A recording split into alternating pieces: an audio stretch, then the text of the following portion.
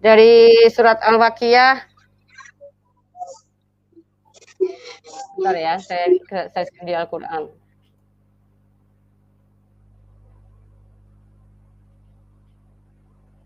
Al-Waqiah 56 ya.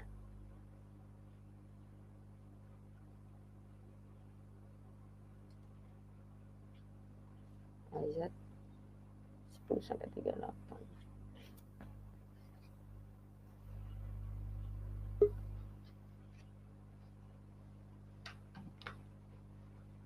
Kirain Anda hafal ya? Hafal nggak itu ayatnya? Kalau ayatnya sih saya nggak hafal ya Bu ya. Bentar ya, saya cari ini. Oh, jadi baru cari dalil nih sekarang. Berarti memang belum tahu sebenarnya dalilnya atau gimana? Ada dalilnya, cuman saya mau share screen nih Bu, bentar ya Bu ya. Ini karena saya operator juga sendiri ya Bu. Saya punya temen di backstage nggak? Buat nanti saya juga mau share screen gitu, nggak boleh ya? Boleh, silakan aja. Ada kan di di backstage ada Goldian kan? Iya, suruh di apa namanya di private chat aja. Mau ngapain? Maksudnya saya langsung di sini aja Bu. Langsung di sini saja, langsung saya cari aja di sini. Misalkan mau ngomongin soal Quran atau Alkitab, langsung aja dari sini Bu.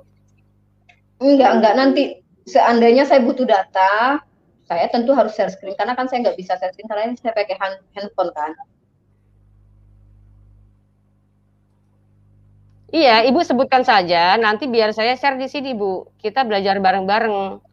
Kita Iya, berdua saja. lanjutkan dulu dalil yang ingin Anda ajukan kepada saya biar Ya, saya makanya jawab. sabar dulu, sabar makanya. Surah Al-Waqiah nomor berapa biar saya carikan? Ar-Rahman 70 78. Ar-Rahman ayat 70 78. 78 sampai 70 sampai 78 iya.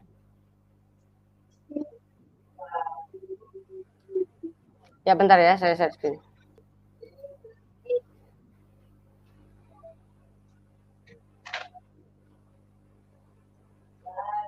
Ya. Wahai ahli kitab, mengapa kamu mengingkari ayat Allah padahal kamu mengetahui kebenarannya? Kamu perlu apa namanya? Sebentar.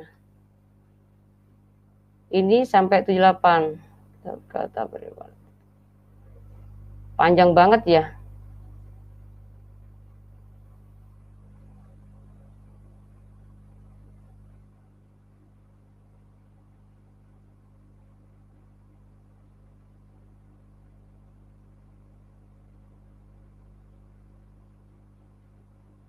Oh, salah. Salah. Berapa? 78. Rahman. Oh, salah Ar-Rahman. Oh, pantesan saya salah nih. Ar-Rahman. Salah, Bu. Salah, Bu. Bentar, Bu. Ar-Rahman ini saya Al-Imran lagi.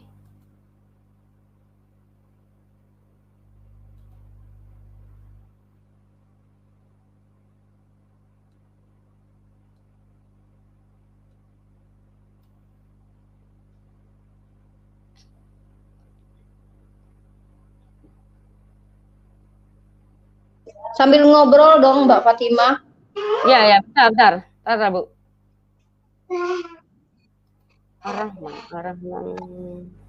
Ar-Rahman berarti 55 ya?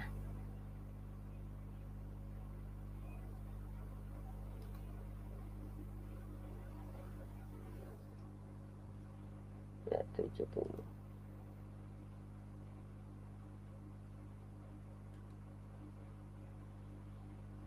Ya. Di dalam surga-surga itu ada bidadari-bidadari yang baik-baik dan jelita. Maka nikmat Tuhanmu yang manakah yang kamu dustakan? Bidadari-bidadari dipelihara dalam kemah-kemah. Maka nikmat Tuhanmu yang manakah yang kamu dustakan? Mereka tidak pernah disentuh oleh manusia maupun oleh jin ya Bu ya. Ini kan berarti nih bidadari ini bukan manusia lah ya. Ini bidadari yang dari surga ya. Nggak pernah disentuh oleh jin dan manusia.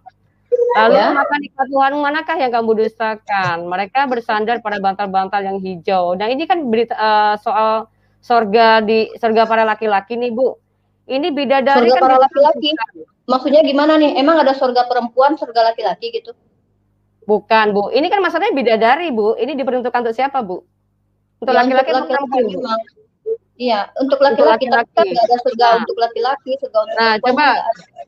nah coba baca di ayatnya yang tadi nih. Ternyata di sini yang dijadikan bidadari ini bukanlah dari manusia, Iya, tetapi masalahnya bidadari apa? itu. Dengan harga diri wanita apa itu masalahnya? Nah, ini baru salah satu, Bu. Ini baru salah satu, Bu. Baru salah satu yang saya Iya, katakan bahwa masalahnya apa? ternyata laki-laki ini hanya Mhm, wanita itu tidak mhm, bisa masuk surga karena di sini bidadarinya pun sudah tersedia di surga. Jadi yang pertanyaan saya adalah mhm. wanita ngapain kalau ini laki-laki yang memiliki bidadari? Laki-laki ngapain? Ada ayatnya nggak kalau perempuan nggak bisa masuk surga? Ada Bu, banyak Bu. Bahkan Mana nih? wanita itu di mayoritas Mhm. di neraka. Harga diri di mana nih? Harga diri perempuan di mana nih? Saya mau tanya nih, harga diri yang direndahkan di mana dengan ayat ini? Apa korelasinya gitu? Belum, ini salah satunya Bu. Salah satunya. Berarti Makanya ini gini, yang lain ya? Ini nggak ada ya, kaitannya berarti dengan dulu, harga diri Ibu perempuan? harus jelasin. Kira-kira kalau ini membahas tentang bidadari, yang penghuninya berarti laki-laki ya Bu ya? Hanya laki-laki yang masuk surga ya? Jadi perempuannya bagaimana Bu? Oh enggak, di dalam surga itu pensoleha yang patuh kepada Allah dan suaminya ya pasti masuk surga. Karena Oh ya? orang-orang yang masuk surga adalah orang-orang yang akan berkumpul Coba dengan orang yang ayatnya di mana dicintai. Bu? Ayatnya di Oke, mana Bu? ntar sabar ya. Ya, nanti biar saya share di Quran apa?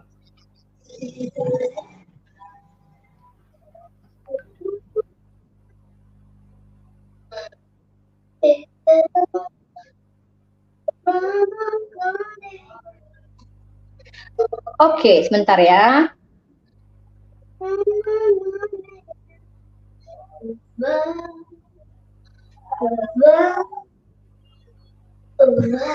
Tapi ini nggak ada kaitan dengan penghinaan kepada wanita ya.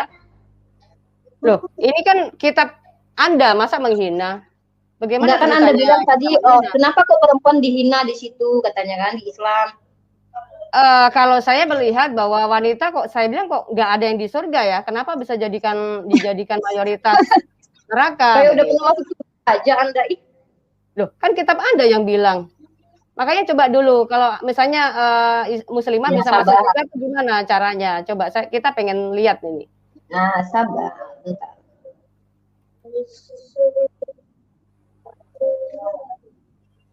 Oh, jadi karena itu Anda murtad gitu berharap di Kristen bakalan masuk surga gitu. Enggak. Setelah saya di dalam terang baru Oke, kebuka. saya bacakan dalilnya dari hadis. Jika seorang wanita selalu menjaga sholat 5 waktu juga berpuasa, bentar ya. Dan sebulan Ramadan serta betul-betul menjaga kemaluannya dari perbuatan zina dan benar-benar taat pada suaminya, maka dikatakan pada wanita yang memiliki sifat itu, masuklah dalam surga melalui pintu mana saja yang engkau suka. Iya, Hadis bagaimana Bu caranya bertakwa Bu? Cara bertakwanya bagaimana? Ikuti perintah Allah, ikuti perintah suami, jangan selingkuh, jangan udah punya suami tapi masih jelalatan matanya. Ya nggak mungkin lah udah selingkuh, udah bangkang sama Tuhan, masa mau berharap masuk surga? Emang siapa kita? Anak Tuhan. Emang kita bapak kita yang punya surga? Oke, kalau logikanya Bu ya, kalau saya jadi perempuan yang menjaga kemaluannya, nikah saja Bu, kenapa nikah lagi?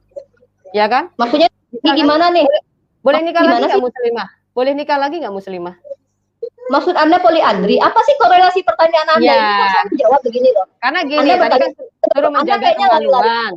Oh enggak dong. Iya, saya suruh menjaga kemaluan. Nah, iya, menjaga kemaluan itu tidak dengan suami, nggak berzina. Bu, tidak berzina dengan laki-laki lain. Bu, sebentar, saya bilang laki-laki boleh poligami. Masa perempuan nggak boleh? Menikah lagi Bu. Emang Anda mau dipakai laki-laki rame-rame? Anda suka ya? Loh, yang jadi masalah kenapa laki? Nah, disitulah letaknya. Kenapa derajat Anda mau berarti? Oh, Anda pengen. Anda pengen dipakai rame-rame sama laki-laki? Loh, saya tanya Bu, laki-laki di situ rame-rame dong berarti. Ayo, berarti laki-laki ya, kalau laki-laki kenapa? Kenapa? Nah, kenapa masalahnya dengan laki-laki? Makanya saya bilang derajat perempuan laki-laki ada perempuan dipakai rame-rame di surga, memang di mana ayatnya itu? Anda suka kayaknya dipakai rame-rame nih? Sekarang gini, bidadarinya saja ya perawan terus ya, dipakai terus sama laki-laki. Nah, terus laki-lakinya itu satu. Masalahnya saya tanya, nah ibu ini kan sebagai perempuan muslimah katanya derajatnya nggak mau dikatakan rendah. Laki-laki boleh nikah banyak, ya kan? Murahan lah jadinya ya. Nah, terus kenapa Siapa yang murahan? Yang murahan itu perempuan yang minta dipakai bareng-bareng seperti keinginan Anda itu. Sama aja Bu, laki-laki dan perempuan. Lah laki-laki dipakai Enggak, bareng-bareng beda. sama aja Laki-laki itu dong. enggak murahan. Ibrahim punya istri banyak. Daud punya istri banyak. Itu enggak masalah bagi Tuhan. Lagi pula jangan niru raja dong, jangan niru raja dong. Raja Ibrahim Daud nabi loh. Kata siapa Bu kalau di dalam Alkitab bukan nabi Bu? Saya kasih ayatnya boleh ya? Aduh, boleh. ternyata Anda nggak pernah baca kitab. Nih, Anda nggak pernah baca kitab, makanya. Bentar, saya cari dalilnya dulu, bentar. Aduh, ketahuan nggak baca kitab, Fatimah. Masa Daud sama Ibrahim bukan nabi? Ibrahim memangnya disuruh Bu poligami? Ada perintah kah? Emang Tuhan ngelarang dia poligami? Nggak boleh, dilarang. Nah, Ibu katanya mana baca kitab. Mana dalilnya? Dalil dilarang poligami mana? Mana dalil dilarang poligami? Tentang syarat. Nggak mana dalil dilarang poligami? Wah, ini lama ini pasti ya lihat Alkitab ya. Saya punya poin satu ya. Poin satu adalah nih Fatimah, ini Rifa. Fatimah bertanya sekali, saya menjawab bahwa Islam tidak mengizinkan perempuan dipakai rame-rame karena saya nggak mau dipakai rame-rame. Saya nggak tahu kalau Mbak Fatimah ternyata suka dipakai rame-rame. Yang kedua, Mbak Fatimah, ya kan Mbak Fatimah tadi bilang, kok Ibu nggak mau? Emang kok laki-laki aja? Berarti Anda menginginkan begitu dong. Kalau kami nggak mau, siapa yang menginginkan enak aja? Bentar, tunggu sebentar. Saya mau cari dalil dulu. Saya mau ngasih dalil Abraham, Daud itu nabi ya, bentar. Oke, silakan. Nabi di sini nabi apa dulu, Bu? Beda, Bu. Dia punya gelar nabi, tetapi sebenarnya dia adalah raja. Beda lagi, Bu. Emang Anda tahu apa artinya nabi? Apa bedanya nabi itu? Arti nabi apa emang? Sejarahnya, Bu. Sejarahnya kita lihat ya, Bu ya. Sejarahnya dulu kita lihat, jangan ngotot. Ibrahim tuh orang mana sih, Bu? Nggak usah ngotot. Ya. Islam itu kan hanya meniru sejarah tokoh-tokoh sejarah dalam perjanjian lama. Nggak usah ngotot. Nggak usah kemana-mana. Orang Yahudi lah, bukan Anda kali. Ini bukan orang Arab. Yang lebih tahu orang Yahudi.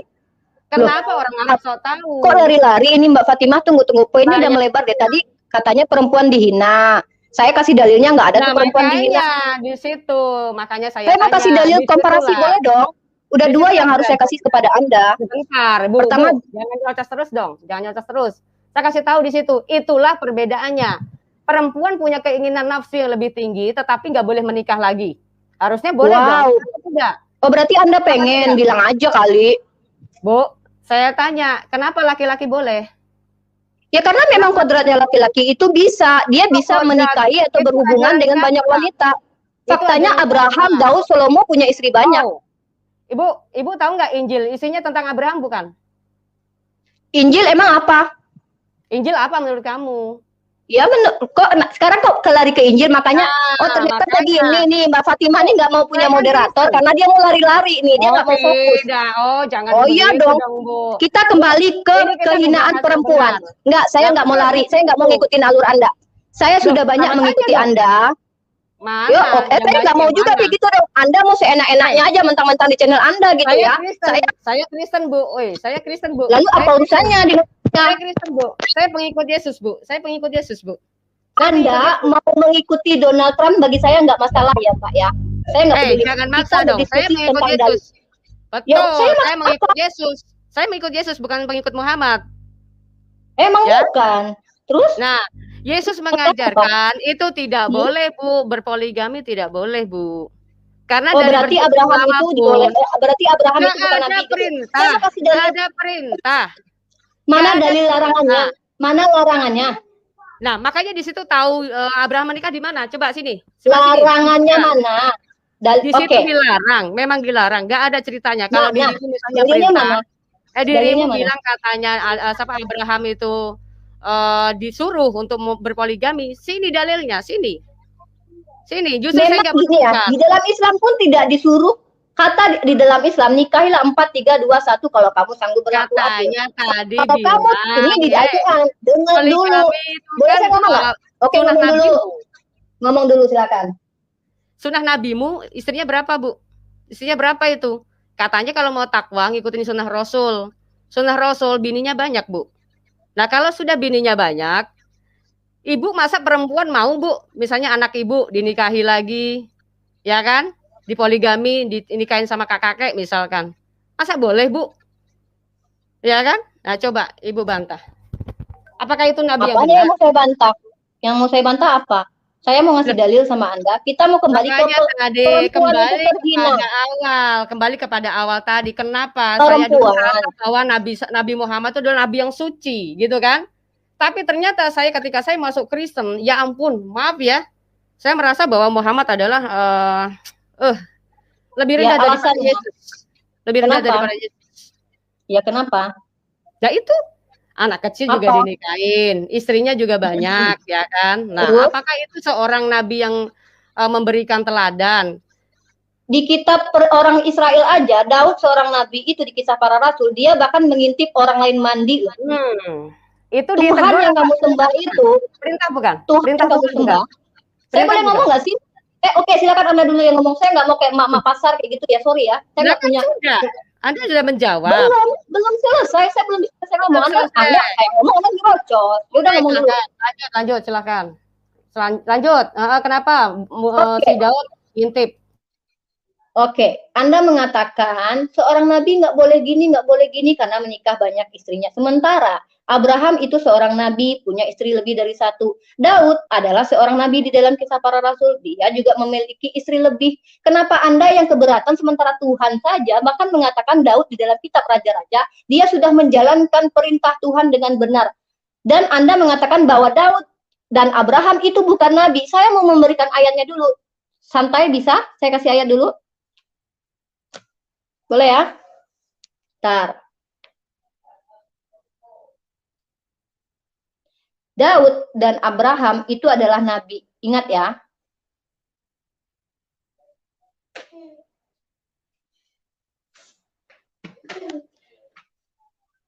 Oke, mana ya? Bentar nak. Nanti nak, bentar lagi nak.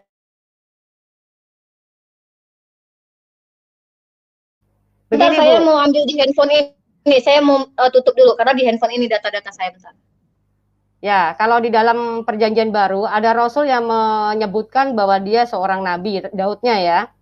Tetapi untuk masalah statusnya, Daud itu bukan nabi, Bu. Makanya selusuri sejarahnya. Orang-orang perjanjian baru, misalnya para rasul, menyebutnya dia sebagai nabi karena Daud ini adalah lebih daripada raja. Bukan sekedar raja. Begitu, Bu. Makanya disebut oleh para rasul dengan sebutan nabi. Ini kemana ya, Bu Rifa? Halo, Bu? Ya, saya coba untuk ambil file saya yang di handphone ini. Susah, bentar. Anda sabar dulu, bentar. Saya mau ambil dalilnya dulu. Oke, yang pertama adalah saya mau mengembalikan ke dasar awal tadi, bahwa Anda mengatakan perempuan di dalam Islam itu hina. Sekarang saya mau mengkomparasikan dengan bagaimana perempuan di Kristen sendiri. Tolong Anda buka di dalam Efesus 5:22-24. Oke.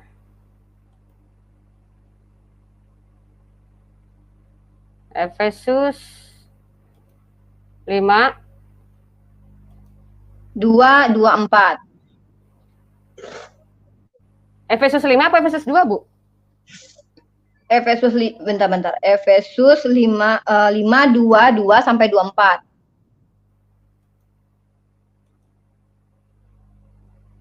Efesus 5 ini ayat 2. Ya. Dan hiduplah di dalam kasih sebagaimana Kristus Yesus juga telah mengasihi kamu dan telah menyerahkan dirinya untuk kita sebagai persembahan dan korban yang harum bagi Allah. Nah, terus kenapa nih, Bu? Itu Efesus berapa itu? 22-24. Bentar. Sorry. Katanya Efesus 5. Efesus 5:22-24. Oke. Kayaknya saya bakalan terpental. Saya mau ambil data dulu. Saya kayaknya terpental sebentar ya. Bentar Ibu, ini saya baca nih ya. Hai istri, tunduklah kepada suamimu seperti kepada Tuhan. Karena suami adalah kepala istri, sama seperti Kristus adalah kepala jemaat. Dialah yang menyelamatkan tubuh. Karena itu sebagaimana jemaat tunduk kepada Kristus, demikian jugalah istri kepada suami dalam segala sesuatu. Hai suami, kasihilah istrimu sebagaimana Kristus telah mengasihi jemaat dan telah menyerahkan dirinya baginya. Nah, di situ ada keseimbangan, Bu. Kalau suami mengasihi istri, istri boleh tunduk kepada suami. Begitu, Bu. Jadi ada keseimbangan. Yang dua-dua coba, yang dua-dua, karena suami adalah kepala istri, sama seperti Kristus adalah kepala jemaat, dialah yang menyelamatkan tubuh. Kemudian tunggu dua-dua, hai istri tunduklah kepada suamimu seperti kepada Tuhan. Aduh, nyembah suami dong. Mendingan jadi muslim ya. Muslim itu punya muslimah itu punya hak di dalam rumah tangga, enggak jadi yang harus tunduk seperti hamba gitu kan, harus seperti siapa, Bu? Ibu bacanya gimana ini? Yang mana nih ayatnya kayak gitu? Ya, menuhankan suami itu menghambakan diri, karena pada dasarnya manusia itu hamba di mata Tuhan. Ada dalilnya, ada dalilnya. Nabi-nabi itu adalah hamba, nabi-nabi semuanya adalah hamba. Oke, saya akan kasih dalilnya. Oke, saya punya tiga dalil yang belum saya kasih sama Anda, karena saya punya masalah. Tenang aja. Anda boleh tanya sebebasnya ya. Sebentar, ini jelasin dulu ya. Hai istri, tunduklah kepada suamimu seperti kepada Tuhan. Jadi tunduk kepada istri seperti kepada Tuhan. Dia harus taat gitu ya. Tetapi ketaatannya di sini ada nih poin ke-25-nya. Hai suami, kasihilah istrimu. Jadi ada poin ini nggak boleh ditinggalin ya. Kenapa istri boleh bertunduk kepada suami? Dikarenakan suami mengasihi istrinya. Kalau suaminya berpoligami, artinya dia tidak mengasihi lagi. Begitu Bu ya. Paham ini? Gimana Anda bicara ini dari mana pengajarannya? Loh, ini baca Bu. Gimana? Hai suami yang ayat tanggal ini Ibu kan baca di layar nih kan saya screen Bu. Saya lagi nyari dalil buat Anda. Ini saya mau kayaknya terpental dulu. Saya mau ngambil dalil-dalil di handphone saya yang ini karena saya harus sebentar, Oke. Ini kan dalil dari Anda kasih ke saya kan? Ya, enggak, intinya di situ perempuan harus menuhankan laki-laki dan harus patuh sebagaimana kepada Tuhan. Itu dalilnya begitu. Ya udah, kalau memang Anda tidak mengakui, lebih terhina perempuan di dong. Kata siapa Bu? Di sini ya, suami harus mengasihi istrinya loh Bu. Kalau coba ayat 24-nya baca, ayat 24 bentar. Iya, karena itu sebagaimana jemaat tunduk kepada Kristus. Ini jemaat tunduk kepada Kristus. Ya, sebagaimana jemaat tunduk berarti kepada perempuan Kristus. Jauh di bawah laki-laki ya. Gini Bu, ketundukan ini diperumpamakan sebagaimana jemaat tunduk kepada Kristus. Begitu Bu, maksudnya. Paham nggak? Jadi si istri ini dituntut untuk tunduk kepada suami. Nah, ini ada kata mengatakan sebagaimana jemaat. Jadi memberikan contoh sebagaimana jemaat tunduk kepada Kristus. Begitu juga istri. Lalu di mana hebatnya gitu kan, lebih enakan di muslim. Ayat 25-nya baca dong Bu, ayat 25-nya. Ayat 25 baca. Hai suami, kasihilah istrimu sebagaimana. Kalau itu di Islam juga ada. Di Islam juga nggak boleh. Mana ada buktinya? Tunggu. Saya sudah banyak dalil PR yang Anda lewatkan. Yang Anda tadi mau komparasi. Sebentar. Di sini sudah jelas. Di situ nggak, intinya gini. Anda mengatakan perempuan itu di Islam terhina, ya kan? Tunggu dulu. Anda mengatakan perempuan di Islam terhina. Lalu saya minta dalil. Di dalam dalil Anda bilang bidadari, nggak ada korelasinya dengan penghinaan terhadap wanita. Lalu justru di dalam Kristen perempuan itu derajatnya di bawah suami, bahkan suami harus dihormati seperti Tuhan. Kami nggak perlu seperti itu, menghormati seperti Tuhan. Dan kalau Anda mengatakan kalau suami harus mengasihi, di dalam Islam diperintahkan lelaki yang paling baik adalah yang paling baik kepada istrinya. Manusia yang paling baik adalah yang paling baik kepada istrinya, itu ada. Bahkan kepada tetangga pun kami diperintahkan untuk berbuat. Jadi kalau gini-gini mak, kami juga punya gitu. Jadi intinya gini, poin saya adalah perempuan di bawah laki-laki jauh, bahkan perempuan harus menganggap seolah-olah seperti Tuhan. Nggak begitu dalam Islam, lebih enakan dalam Islam ya Bu. Mana kata sepertinya? Mana kata sepertinya? Tapi coba baca lagi. Karena itu Karena itu sebagaimana jemaat tunduk kepada Kristus, demikian juga lah istri kepada suami dalam segala sesuatu. Anda mau suami Anda mau kurang ajar mau apa, Anda harus tetap tunduk. Baca ayatnya, Efesus 5:24. Karena itu sebagaimana jemaat tunduk kepada Kristus, demikian juga lah istri kepada suami dalam segala sesuatu. Jadi suami Anda mau mabok, suami Anda mau merampok, Anda harus tunduk kepada dia. Terus, ngobrol terus. Udah selesai? Nah, itu kan dalilnya. Udah selesai. Oh, udah. Oke, ya. Baca pelan-pelan ya Bu ya, jangan ngegas ya, saya kasih tahu ya. Jadi ayat 24-nya gini, demikian jugalah istrimu kepada suami. Jadi di sini tidak bicara seperti. Karena itu sebagaimana jemaat, ini diberikan contoh sebagaimana jemaat tunduk kepada Kristus. Ya. Terus di sini bicaranya demikian jugalah istri kepada suami dalam segala sesuatu. Tetapi yang ayat ke-25-nya jangan dilupakan, ya. Di sini ada poin yang terpenting, ketika istri harus tunduk pada suami, ada poin yang harus dilakukan oleh suami. Hai suami, kasihilah istrimu sebagaimana Kristus telah mengasihi jemaat dan telah menyerahkan dirinya baginya. Artinya di sini kalau suami sudah mengasihi istri, dia nggak bakalan menduakan, selingkuh atau poligami, begitu ya Bu Rifa ya. Nah beda. Oh, yang poligami nggak boleh, tapi selingkuh. Emang Anda tahu kalau suami Anda nggak selingkuh? Nah, perintahnya di mana Bu? Selingkuh boleh Bu? Bukan perintahnya. Apakah Anda bisa menjamin suami Anda tidak selingkuh? Oh, itu urusan sama Tuhan dong. Tuhan dengan manusia. Ini berarti nggak ada solusi dalam Kristen. Ini solusinya ini yang ayat 25-nya. Ibu apa solusinya? Kenyataan. Hai suami, kasihilah istrimu. Nah, kalau suami sudah mengasihi, baru kita boleh tunduk, Bu. Begitu. Kalau suami tidak mengasihi istri, kita nggak bisa tunduk. Sebagaimana jemaat tunduk kepada Kristus, demikian jugalah istri kepada suami dalam segala sesuatu. Kemudian dikatakan, suami baiklah. Paham Kristen nih ya? Paham merasa Kristen ya? Ini saya kan mengulang membaca. Saya membaca kembali, ya. Saya menekankan di segala sesuatu. Sebagaimana jemaat. Oh iya, segala sesuatu. Tetapi yang ayat 25 jangan dihilangkan. Jangan dihilangkan. Kasih dan tunduk itu beda. Beda tunduk itu ya. Kamu tahu nggak arti tunduk? Tahu nggak arti tunduk? Betul, Bu. Tunduk artinya apa enggak? Ngerti Bu. Coba jelaskan tunduk, ngerti nggak artinya tunduk? Ngerti Bu, tunduk kepada suami, tetapi suami harus mengasihi istri. Nah, Ibu tahu nggak dasar kasih ini seperti apa? Kasih itu kayak gimana? Kasih harus menyakiti. Kasih itu beda kalau di Islam beda, di Kristen kasihnya beda. Kalau di Kristen kasihnya itu Bapak mengasihi dengan cara membunuh anak. Bahkan simbol kasih di dalam Kristen itu adalah salib, tempat di mana manusia dibunuh dengan cara sangat mengerikan. Anak itu siapa? Anak itu siapa? Anak siapa memangnya anak? Loh, saya tanya kok tanya balik. Ibu bilang tadi soalnya kan Anda beda dengan Tritunggal, Mbak. Anda kan oneness, kata Gracia Pelo, Anda makanya beda. Gak usah lari, cari pelarian. Gak usah cari pelarian. Loh, makanya Anda tanya sama saya ya beda. Anda kan bukan Tritunggal, Anda kan oneness. Ibu kan diskusi dengan saya, ya kan? Nah, Ibu makanya kalau Anda saya kan pahamnya teman-teman Tritunggal. Yang kabur siapa nih? Ayo, yang melarikan diri siapa nih? Ibu sendiri yang ngomong loh ya.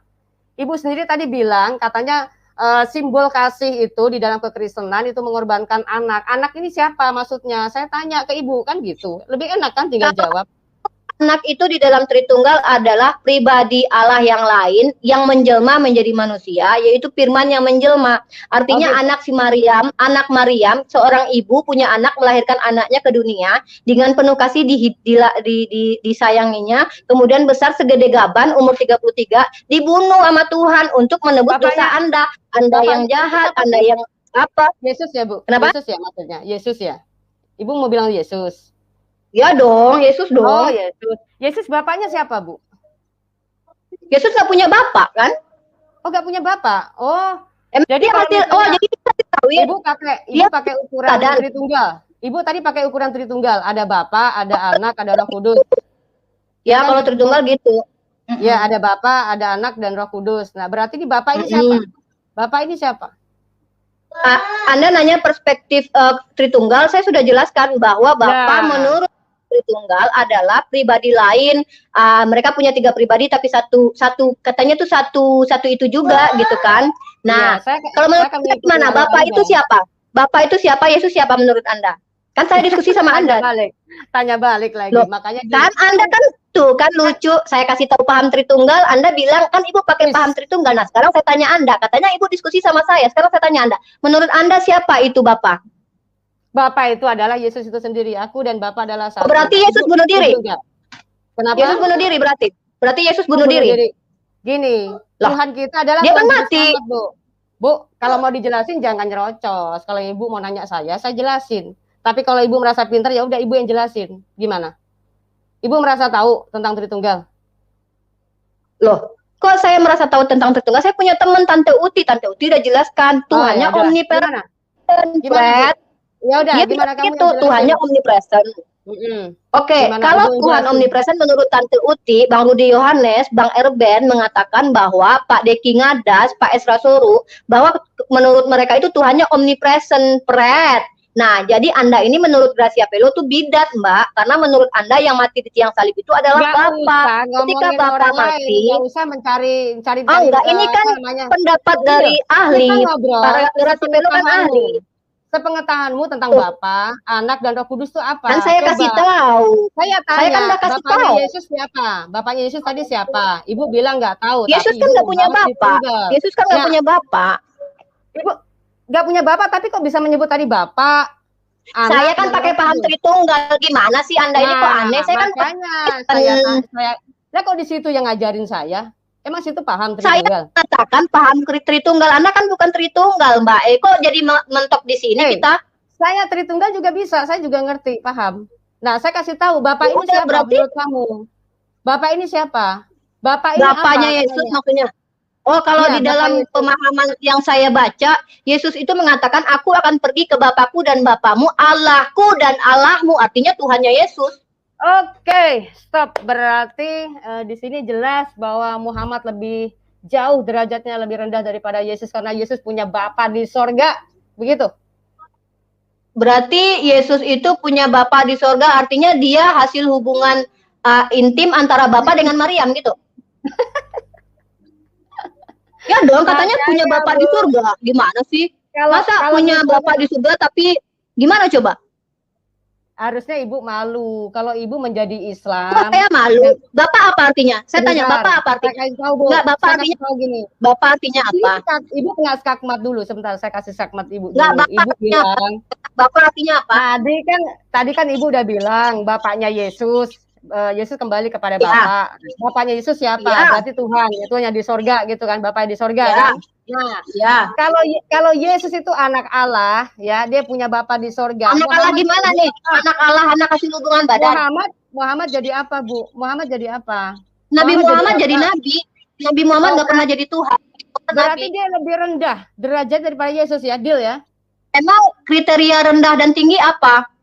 Loh, Yesus itu anak Allah loh. Tadi Ibu juga mengaku Yesus itu anak Allah. Berarti Yesus iya anak Allah di dalam segi apa? Jawab dulu, anak Allah apakah Bapak kawin sama Maryam atau Yesus yang adalah Bapak berhubungan badan dengan ibunya lahir lagi gitu, anaknya gitu. Nah, itulah dia. Tidak, firman itu jadi manusia. Coba Anda buka Hosea 2. Apa? Buka Hosea 22. Hosea itu perjanjian lama ya, Bu ya? Oh, jadi itu bukan kitab kalian?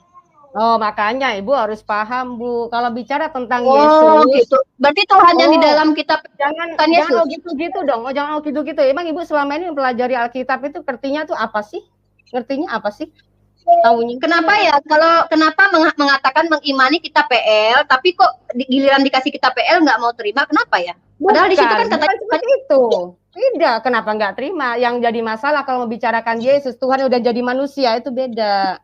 Tanya anak bapak gimana Yesus itu? Kenapa dia lebih spesial emangnya? Dia itu anak hasil hubungan intim Maryam dengan Bapak gitu. Coba jawab dulu. Menurut Ibu di dalam Quran Maria kawin sama siapa, Bu? Oh, emang Maria dengan Maryam yang di Bible sama gitu? Bukan, saya tanya kalau Maryam dalam Quran itu dia kawin sama siapa? Nggak ada kaitannya lah. Kalau beda ya nggak ada kaitannya lah. Enggak, soalnya tokohnya ceritanya kok hampir mirip ya. Saya sih nggak ngemis Yesus. Nggak ada Tuhan. Gitu, Yesus, ya. Isa tuh bukan dituhanin. Gitu. Dia nggak pernah dituhankan.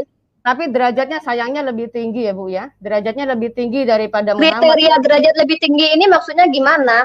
Karena apa maksudnya? Maksudnya poinnya apa? Karena Yesus itu adalah firman yang jadi manusia itu, dan firman itu adalah Allah itu sendiri. Gimana dong? Faktanya begitu, Bu. Firman yang menjelma jadi manusia. Berarti firman Yesus itu ini menjadi manusia. Firman itu menjadi manusia. Bapak itu di surga, firman di dunia. Berarti Tuhan Anda banyak.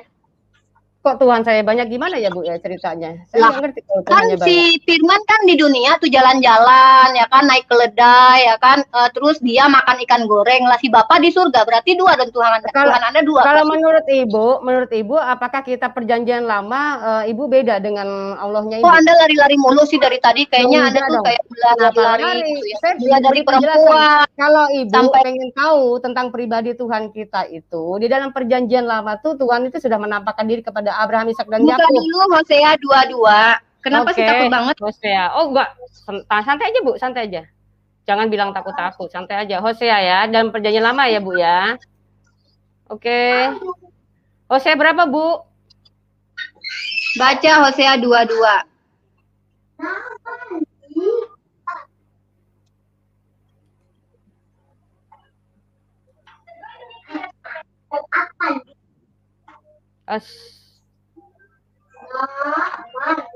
Hosea 22. Kayaknya nggak ada deh Hosea 22, Bu.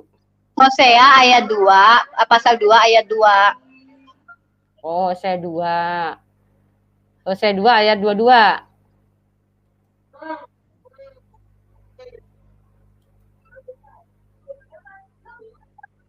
Ya, gimana Bu? Baca, silakan dibaca. Bumi akan mendengarkan gandum, anggur Hosea 2 ayat 2. Ini Hosea, Bu. Ayat 2-nya.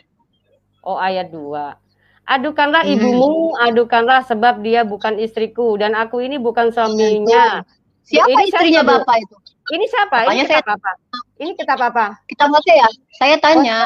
Hosea ini saya tanya Hosea ini di abad berapa Bu adanya? Oh, sesudah Masehi belum? Emang walaupun itu abad keberapa itu bukan firman Tuhan ya? Bukan masalah bukan firman Tuhan, masalahnya Maria belum ada ini Maria belum ada Bu Maria. Oh berarti beneran Maryam itu istrinya Bapak? Karena dia belum ada berarti bukan istrinya, berarti Bapak itu benar-benar kawin sama Maryam gitu. Ini apa hubungannya ini sama Maria ini? Apa hubungannya sama Maria? Memang ada, saya cuma mau ngasih tahu ternyata Bapak itu ternyata dia bilang adukanlah ibumu, adukanlah sebab dia bukan istriku. Nah, istrinya yang mana coba? Bicara siapa? Ini bicara siapa? Ini ngomongin ke siapa ini? Ini siapa konteksnya? Ibu kalau mau tahu. Hosea ini bicara Anda yang jelasin lah, kan bukan kitab saya. Anda yang jelasin lah, kan kitab Anda itu. Saya tanya Bu, ini Hosea ini membicarakan siapa? Apa hubungannya dengan Maria?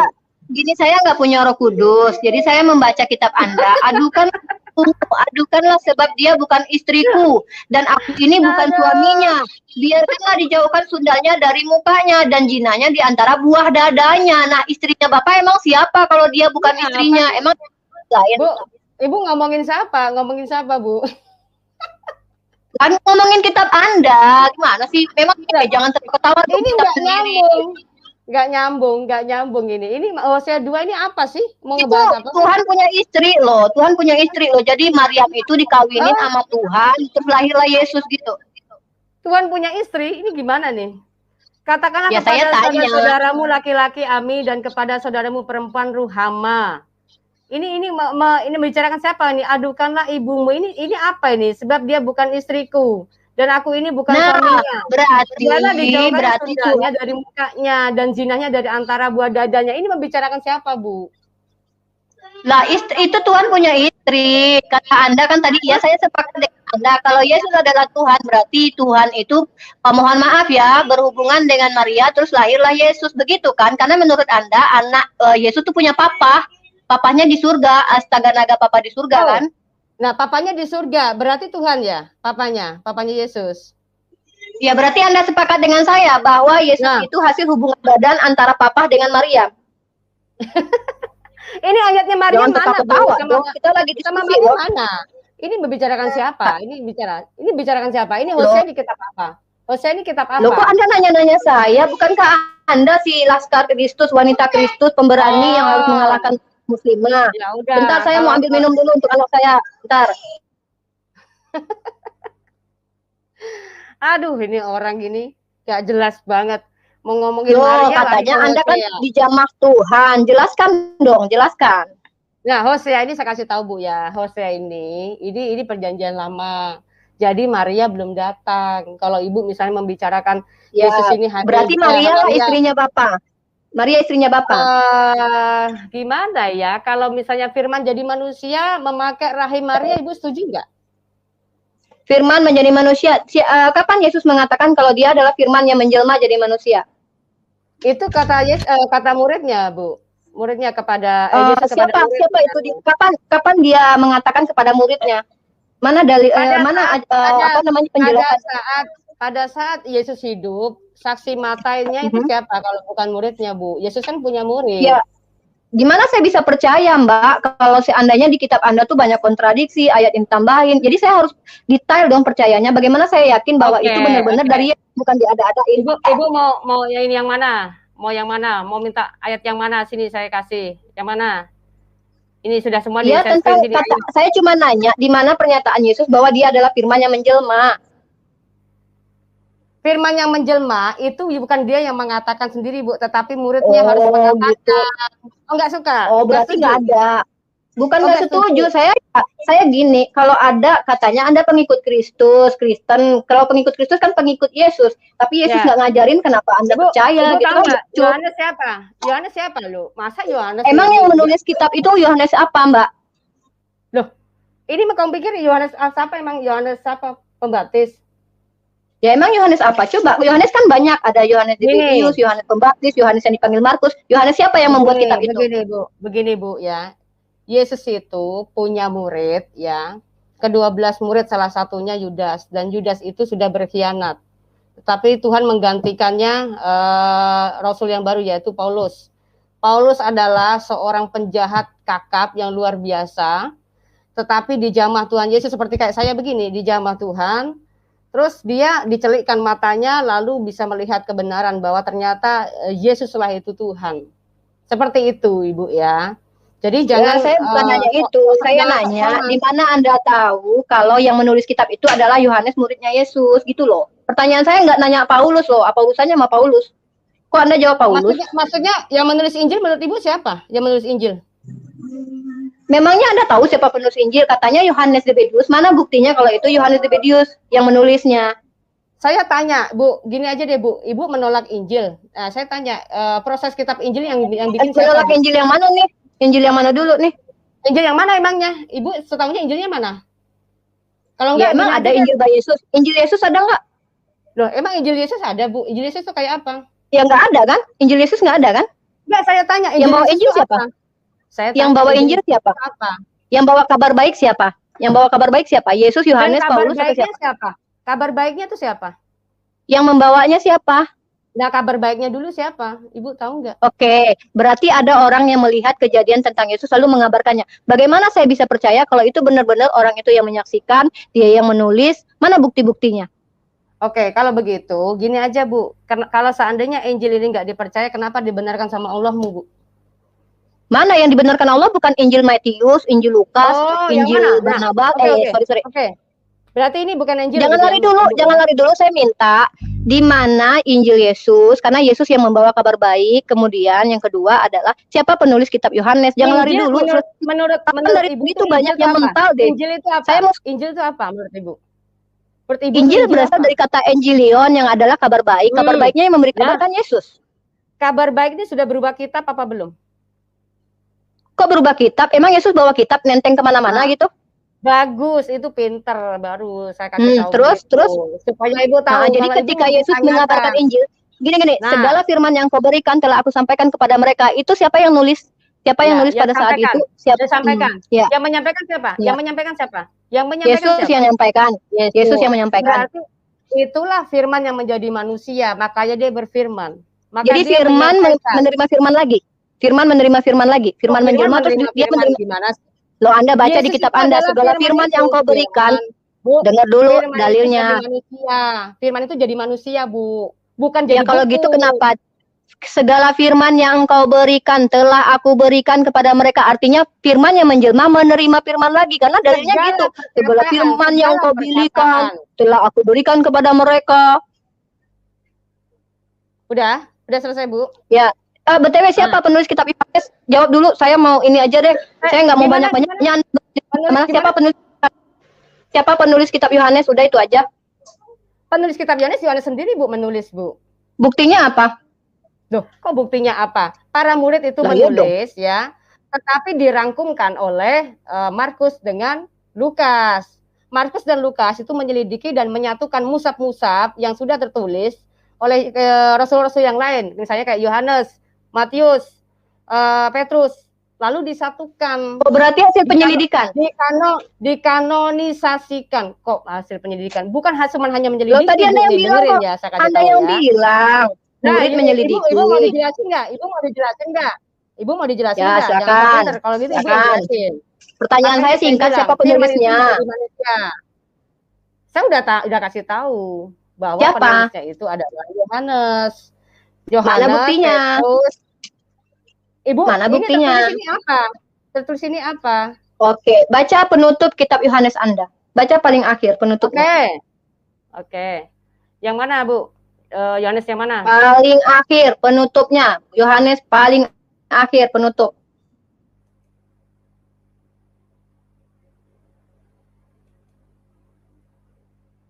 Oke. Yang ini? Yohanes 21? Oke. Yang mana, Bu? Bentar. Yang paling akhir. Dialah murid yang memberi kesaksian tentang semuanya ini, dan yang telah menuliskannya, dan kita tahu. Dialah itu siapa? Dialah murid Yesus yang memberi kesaksian tentang semuanya ini, dan yang telah menuliskannya, dan kita tahu bahwa kesaksiannya itu benar. Dialah murid yang menceritakan siapa dulu, dilihat konteksnya, dilihat. Jikalau aku menghendaki supaya tinggal hidup sampai aku datang, ini bukan urusanmu. Tetapi engkau ikutlah aku, maka tersebarlah kabar di antara saudara-saudara itu, bahwa murid itu tidak akan mati, tetapi ini membicarakan tentang orang lain. Petrus. Siapa? Dia membicarakan Petrus. Dialah. Oke. Ya, penutupnya memberi kesaksian. Dialah murid yang memberi. Mana Petrusnya di mana? Nih, di atas nih, Bu. Nih, ketika Petrus berpaling, dan ini dituliskan nih tentang Petrus. Oke, sungguh saya baca. Ketika Petrus berpaling, ia melihat bahwa murid yang dikasihi Yesus sedang mengikuti mereka, yaitu murid yang pada waktu mereka sedang makan bersama duduk dekat Yesus dan juga berkata, "Tuhan, siapakah dia yang akan menyerahkan engkau?" Ketika Petrus melihat murid itu, ia berkata kepada Yesus, "Tuhan, apakah yang akan terjadi dengan dia ini?" Jawab Yesus, "Jikalau aku menghendaki supaya ia tinggi hidup sampai aku datang, itu bukan urusanmu. Tetapi engkau ikutlah aku." Maka tersebarlah kabar di antara saudara-saudara itu, bahwa murid itu tidak akan mati, tetapi Yesus tidak mengatakan kepada Petrus bahwa murid itu tidak akan mati. Melainkan jikalau aku menghendaki supaya ia tinggal hidup sampai aku datang, itu bukan urusanmu. Dialah murid yang memberi kesaksian. Ini kan penutup kitab Anda. Lalu di mana di situ dialah murid itu merujuk kepada Petrus? Ini, Bu, baca. Ini kan penutup kitab Yohanes. Dibaca yang menulis kitab Yohanes, karena di dalam awal kitab Yohanes, Yohaneslah yang banyak bersaksi, katanya menjadi saksinya. Tapi kenapa justru ada orang ketiga? Dialah murid yang menjadi saksi dan yang menuliskannya. Berarti ini tulisan Petrus. Yohanes, Petrus, lalu si Matius, ya, itu semuanya mereka berkesinambungan. Mereka berkesaksian satu sama lain. Seperti itu, Bu. Saya tanya kitab ini, Yohanes ini yang nulis siapa, Petrus? Ini Yohanes yang nulis, Bu. Ini Yohanes. Nih, ya, Yohanes di situ merujuk kepada di mana di situ bahwa Yohanes mengatakan bahwa kemudian menuliskan kitab itu siapa? Kepada Yohanes di pantai Danau Tiberias, dan ia menampakkan diri sebagai berikut. Di pantai itu berkumpul Simon Petrus, Thomas yang disebut Didimus, Nathanael dari Kana yang di Galilea, anak-anak Zebedeus, dan 2 orang muridnya yang lain. Kata Simon Petrus kepada mereka, "Aku pergi menangkap ikan." Kata mereka kepadanya, "Kami pergi juga dengan engkau." Mereka berangkat lalu naik ke perahu. Tetapi malam itu mereka tidak menangkap apa-apa. Ketika hari mulai siang, Yesus berdiri di pantai. Akan tetapi murid-murid itu tidak tahu bahwa itu adalah Yesus. Kata Yesus kepada mereka, "Hai anak-anak, adakah kamu mempunyai lauk pauk?" Jawab mereka, "Tidak ada." Maka kata Yesus kepada mereka, "Tebarkanlah jalamu di sebelah kanan perahu, maka akan kamu peroleh." Lalu mereka menebarkannya dan mereka tidak dapat menariknya lagi karena banyaknya ikan. Maka murid yang dikasih Yesus itu berkata kepada Petrus, "Itu Tuhan." Ketika Petrus mendengar bahwa itu adalah Tuhan, maka ia mengenakan pakaiannya, sebab ia tidak berpakaian, lalu terjun ke dalam danau. Sebentar, di sini agak-agak ditekan ya. Maka murid yang dikasihi Yesus itu berkata kepada Petrus, itu Tuhan. Ketika Petrus mendengar bahwa itu adalah Tuhan, maka ia mengenakan pakaiannya sebab ia tidak berpakaian, lalu terjun ke dalam danau. Murid-murid yang lain datang dengan perahu, karena mereka tidak jauh dari darat, hanya kira-kira 200 hasta saja, dan mereka menghela jala yang penuh ikan itu. Ketika mereka tiba di darat, mereka melihat api arang, di atasnya ikan dan roti. Kata Yesus kepada mereka, bawalah beberapa ikan yang baru kamu tangkap itu. Simon Petrus naik ke perahu, lalu menghela jala itu ke darat, penuh ikan-ikan besar, 153 ekor banyaknya. Dan sungguh pun sebanyak itu, jala itu tidak koyak. Kata Yesus kepada mereka, marilah sarapanlah. Kata, tidak ada antara murid-murid itu yang berani bertanya kepadanya, siapakah engkau? Sebab mereka tahu bahwa ia adalah Tuhan. Nah, intinya dari kesemua tadi, kalau kita baca, Yohanes telah mencatat tentang pertemuan, perjumpaan para muridnya Yesus. Begitu loh. Jadi ya. Yang menulis kitab ini siapa? Yohanes, Ibu. Itu kan ada kata penutupnya. Yang Anda baca, yang Yohanes 21, 24, 25 itu kata penutup. Bukan, tidak ada kaitannya dengan cerita Petrus ini, di atas. 25. Itu perikopnya. Iya, ini perikopnya dia menceritakan tadi yang kita baca tadi, begitu loh, Bu. Dia menceritakan yang tadi.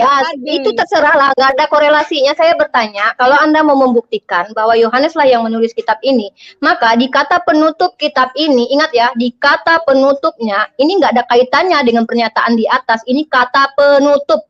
Saya bacanya begitu. Dialah murid yang memberi kesaksian tentang semuanya ini dan yang telah menuliskannya, dan kita tahu bahwa diperbuat oleh Yesus, tetapi jikalau semuanya itu harus dituliskan satu ini Yohanes ini Yohanes. Penutupnya 25, Bu, penutupnya.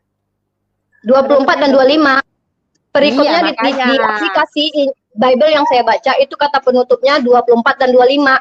Dialah murid yang memberi kesaksian tentang semuanya ini, dan yang telah menuliskannya, dan kita tahu bahwa kesaksiannya itu benar. Yang mengatakan dia ini siapa? Dan si dia ini siapa? Gini, Bu ya. Ini kan muridnya Yesus ini kan banyak, ya. Satu sama lain itu berkesinambungan. Dia yang menceritakan, dia yang menuliskan, apa lain sebagainya. Ini dia menceritakan si Petrus. Iya, siapa? Dia itu siapa? Si Petrus, Bu. Tadi kan udah ditulis di atas. Oh, jadi yang nulis kitab Yohanes Petrus. Bukan, dia menceritakan seorang Petrus. Begitu, ini kata penutup loh. Kok ada kaitannya sama Petrus? Ini karena lucu. Anda nggak gimana sih? Ada ini kok maksa? Ini kata penutup. Nih, ini Bible-nya. Kata penutup. Ayat 25-nya nggak dibaca? Kok nggak dibaca, Bu? Iya, masih banyak hal-hal lain yang diperbuat oleh Yesus, tetapi kalau semuanya itu harus dituliskan satu persatu. Iya, dia dengar dulu.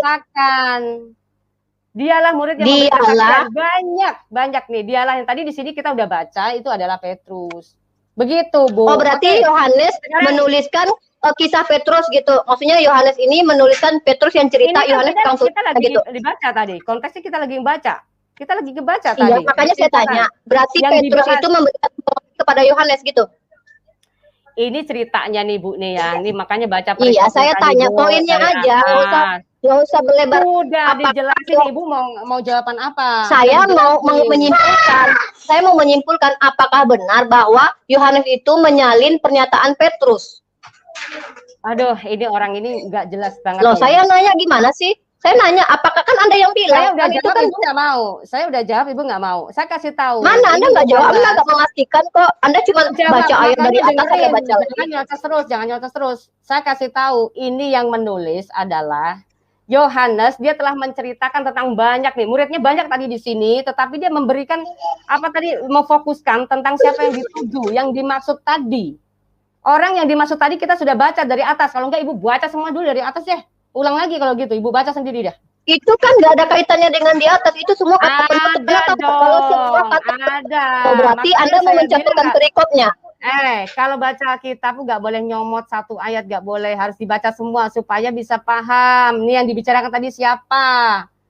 Ini kan Yesus. Oh, berarti kata-kata penutup tadi itu. Enggak, bukan. Anda kalau membuat sebuah buku, kalau ada kata penutupnya, ada kaitannya lagi dengan semua yang di atas katanya perikop-perikopan itu. Padahal itu jelas-jelas kata penutup 24, 25 itu adalah kata penutup. Itu tertulis loh. Saya membaca di Bible aplikasi saya ini adalah Yohanes menceritakan nih banyak teman-temannya tadi di sini ya. Tadi itu dari atas kita baca sampai berindil ngebacanya, ya kan? Ya sekalian aja dari Yohanes 1 baca, kan banyak tuh, ada Yohanes Pembaptis diceritain. Oke. Ibu ini mau apa? Mau ringkasnya mau gimana? Ibu mau bilang saya mau membuktikan kepada Anda kitab siapa yang paling benar, kitab kamu atau kitab saya. Sekarang gini, saya tanya, Hawarion yang Ibu maksud itu siapa? Hawarion Yesus. Siapa? Enggak dituliskan namanya? Enggak dituliskan namanya, kenapa? Berarti enggak jelas dong. Siapa penulis Injil? Ya enggak penting buat kami. Yang penting bagi kami adalah Rasulullah Shallallahu Alaihi Wasallam. Enggak penting juga. Bahaya. Berarti bagaimana? Loh, bahaya? Emang apa kaitannya dengan agama kami? Muhammad mana bisa disebut penyempurna kita terdahulu? Oke, kita buktikan ya. Kitab suci siapa yang paling benar, yang bisa dipercaya? Pertanyaan saya, kitab suci Anda itu ditulis oleh siapa? Ibrani, Wahyu, kitab Samuel, itu siapa penulisnya? Sekarang gini aja Bu, saya tanya dulu, jangan nanya terus. Dari tadi udah dijelasin aja Ibu ngotot ya kan. Saya tanya. Kita kan tadi kan mengangkat tema kitab siapa yang paling dipercaya, kan kita bicara tentang kitab suci. Temanya apa? Ngangkat temanya tentang muslimah aja Ibu nggak bisa membantah. Kitab suci mana loh? Kalau masalah muslimahan, masalah wanita-wanita itu Anda mau curhat. Ibu belum tadi Anda yang lari-lari. Anda yang lari-lari kan? Saya ngikutin Ibu. Ibu kemana? Ini yang ngasih ayat ini siapa? Yang ngasih ayat siapa? Ibu sendiri yang ngasih ayat ya. Ya, kan? Makanya saya bilang. Anda Kristen, makanya sekarang harus balik kepada perikop. Nah, katanya muslimah itu itu terserah Anda, jangan melampaui yang tertulis 1 Korintus ayat 6. Di surga, 1 Korintus 6, jangan melampaui yang tertulis. Gak ada perempuan di surga. Ada, ya? ada dalilnya ada. Kan saya sudah kasih tadi. Bagaimana cara jalannya ke surga? Sebaik-baik kalian, tunggu, sebentar, saya kasih. Ya kan saya sudah bilang, harus patuh pada suami dan patuh pada Allah, maka kamu berhak walaupun dipoligami. Emang kalau orang muslimah yang dipoligami, kenapa Anda yang marah? Loh, bukan masalah marah, katanya Nabi sempurna, kitab sempurna, masa terus ajarannya lebih kenapa? Enggak, urusannya gini, kalau ada seandainya sekarang nih, saya mau dipoligami sama suami saya. Kenapa Anda yang marah? Emang Anda siapa saya? Coba. Bukan masalah, berarti membuktikan. Nah, berarti agama kalian nggak ada solusi. Nabi sempurna. Tahu nggak? Saya akan menceritakan. Kan kamu udah lari-lari dari pertanyaan saya. Gini ya, di dalam Islam itu adalah agama yang penuh dengan solusi. Ketika ada seorang istri yang mandul, seorang istri yang memiliki penyakit yang tidak bisa berhubungan dengan suaminya sementara dia sudah dinikahi, tidak mungkin dicerai dan boleh maka suami untuk menikahi lagi. Jadi itu adalah solusi. Nggak sembarangan poligami aja, dan itu syaratnya pun ada. Nggak boleh aja, udahlah satpam mau poligami, emang bisa lu poligami kan gitu? Nggak bisa Mbak, tukang parkir mau poligami, 1 istri aja nggak dihidupin, ya nggak bisa. Jadi harus bisa adil. Adil dalam arti apa? Perasaan, finansial. Kalau nggak mampu ya jangan poligami dong. Jadi gitu dalam Islam. Jadi nggak sembarangan seperti Anda katakan itu. Nah, perempuan, Allah Ta'ala berfirman, Allah menjanjikan kepada orang-orang yang mukmin laki-laki dan perempuan akan mendapatkan surga yang di bawahnya mengalir sungai-sungai, kekal mereka di dalamnya dan mendapat tempat-tempat yang bagus di surga. Dan keridhaan Allah adalah lebih besar, itu adalah keberuntungan yang besar. At-Taubah 72, di mana Anda mau menyimpulkan perempuan tidak masuk surga. Sementara di kitab Anda, pesundal itu lebih dulu masuk surga loh.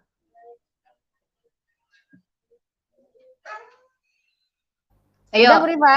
Udah. Silakan. Mau apapun itu mau bilang ada solusi ya. Di dalam kitab kita ini, walaupun dia mandul Bu, nggak dianjurkan untuk menikah lagi. Itu kasihan. Ya. Gini, manusia di dunia ini patuh peraturan Anda atau peraturan Tuhan? Apa Anda tahu apa yang terjadi dengan orang lain? Nggak ada ceritanya Bu di Alkitab itu. Berarti Anda nggak ngerti apa-apa. Kenapa Anda yang memberi aturan? Anda yang nggak mau Anda lucu ya. Tadi Anda pengen dipakai rame-rame, terus Anda nggak boleh laki-laki poligami. Anda egois ya. Tadi Anda bilang perempuan kita dikasih, laki-laki banyak-banyak. Yang egois tadi siapa? Yang egois di sini Islam apa Kristen? Kristen yang egois kan Anda yang bilang tadi kan. Kenapa Mbak Kalau perempuannya di nggak dalam dikasih kekristenan, Bu, rame-rame nggak gitu. ada ceritanya perintah poligami, nggak ada, Bu. Ayatnya di mana perintah poligami? Ada Emang nggak? boleh, emang ada larangannya. Minta dalil larangan poligami dong. Nah, perintahnya aja nggak ada, Bu, nggak Ya, ada. Nggak makanya boleh. minta dalil larangannya. Boleh, mana dalil Makanya, larangannya? Buktinya, nah kisahnya buktinya Abraham itu Bu, poligami. Daud Abraham dalam poligami. Alkitab, Bu. Abraham dalam Daud Alkitab. poligami. Oh, Daud juga dimarahin, nggak boleh, Bu, dia bertobat.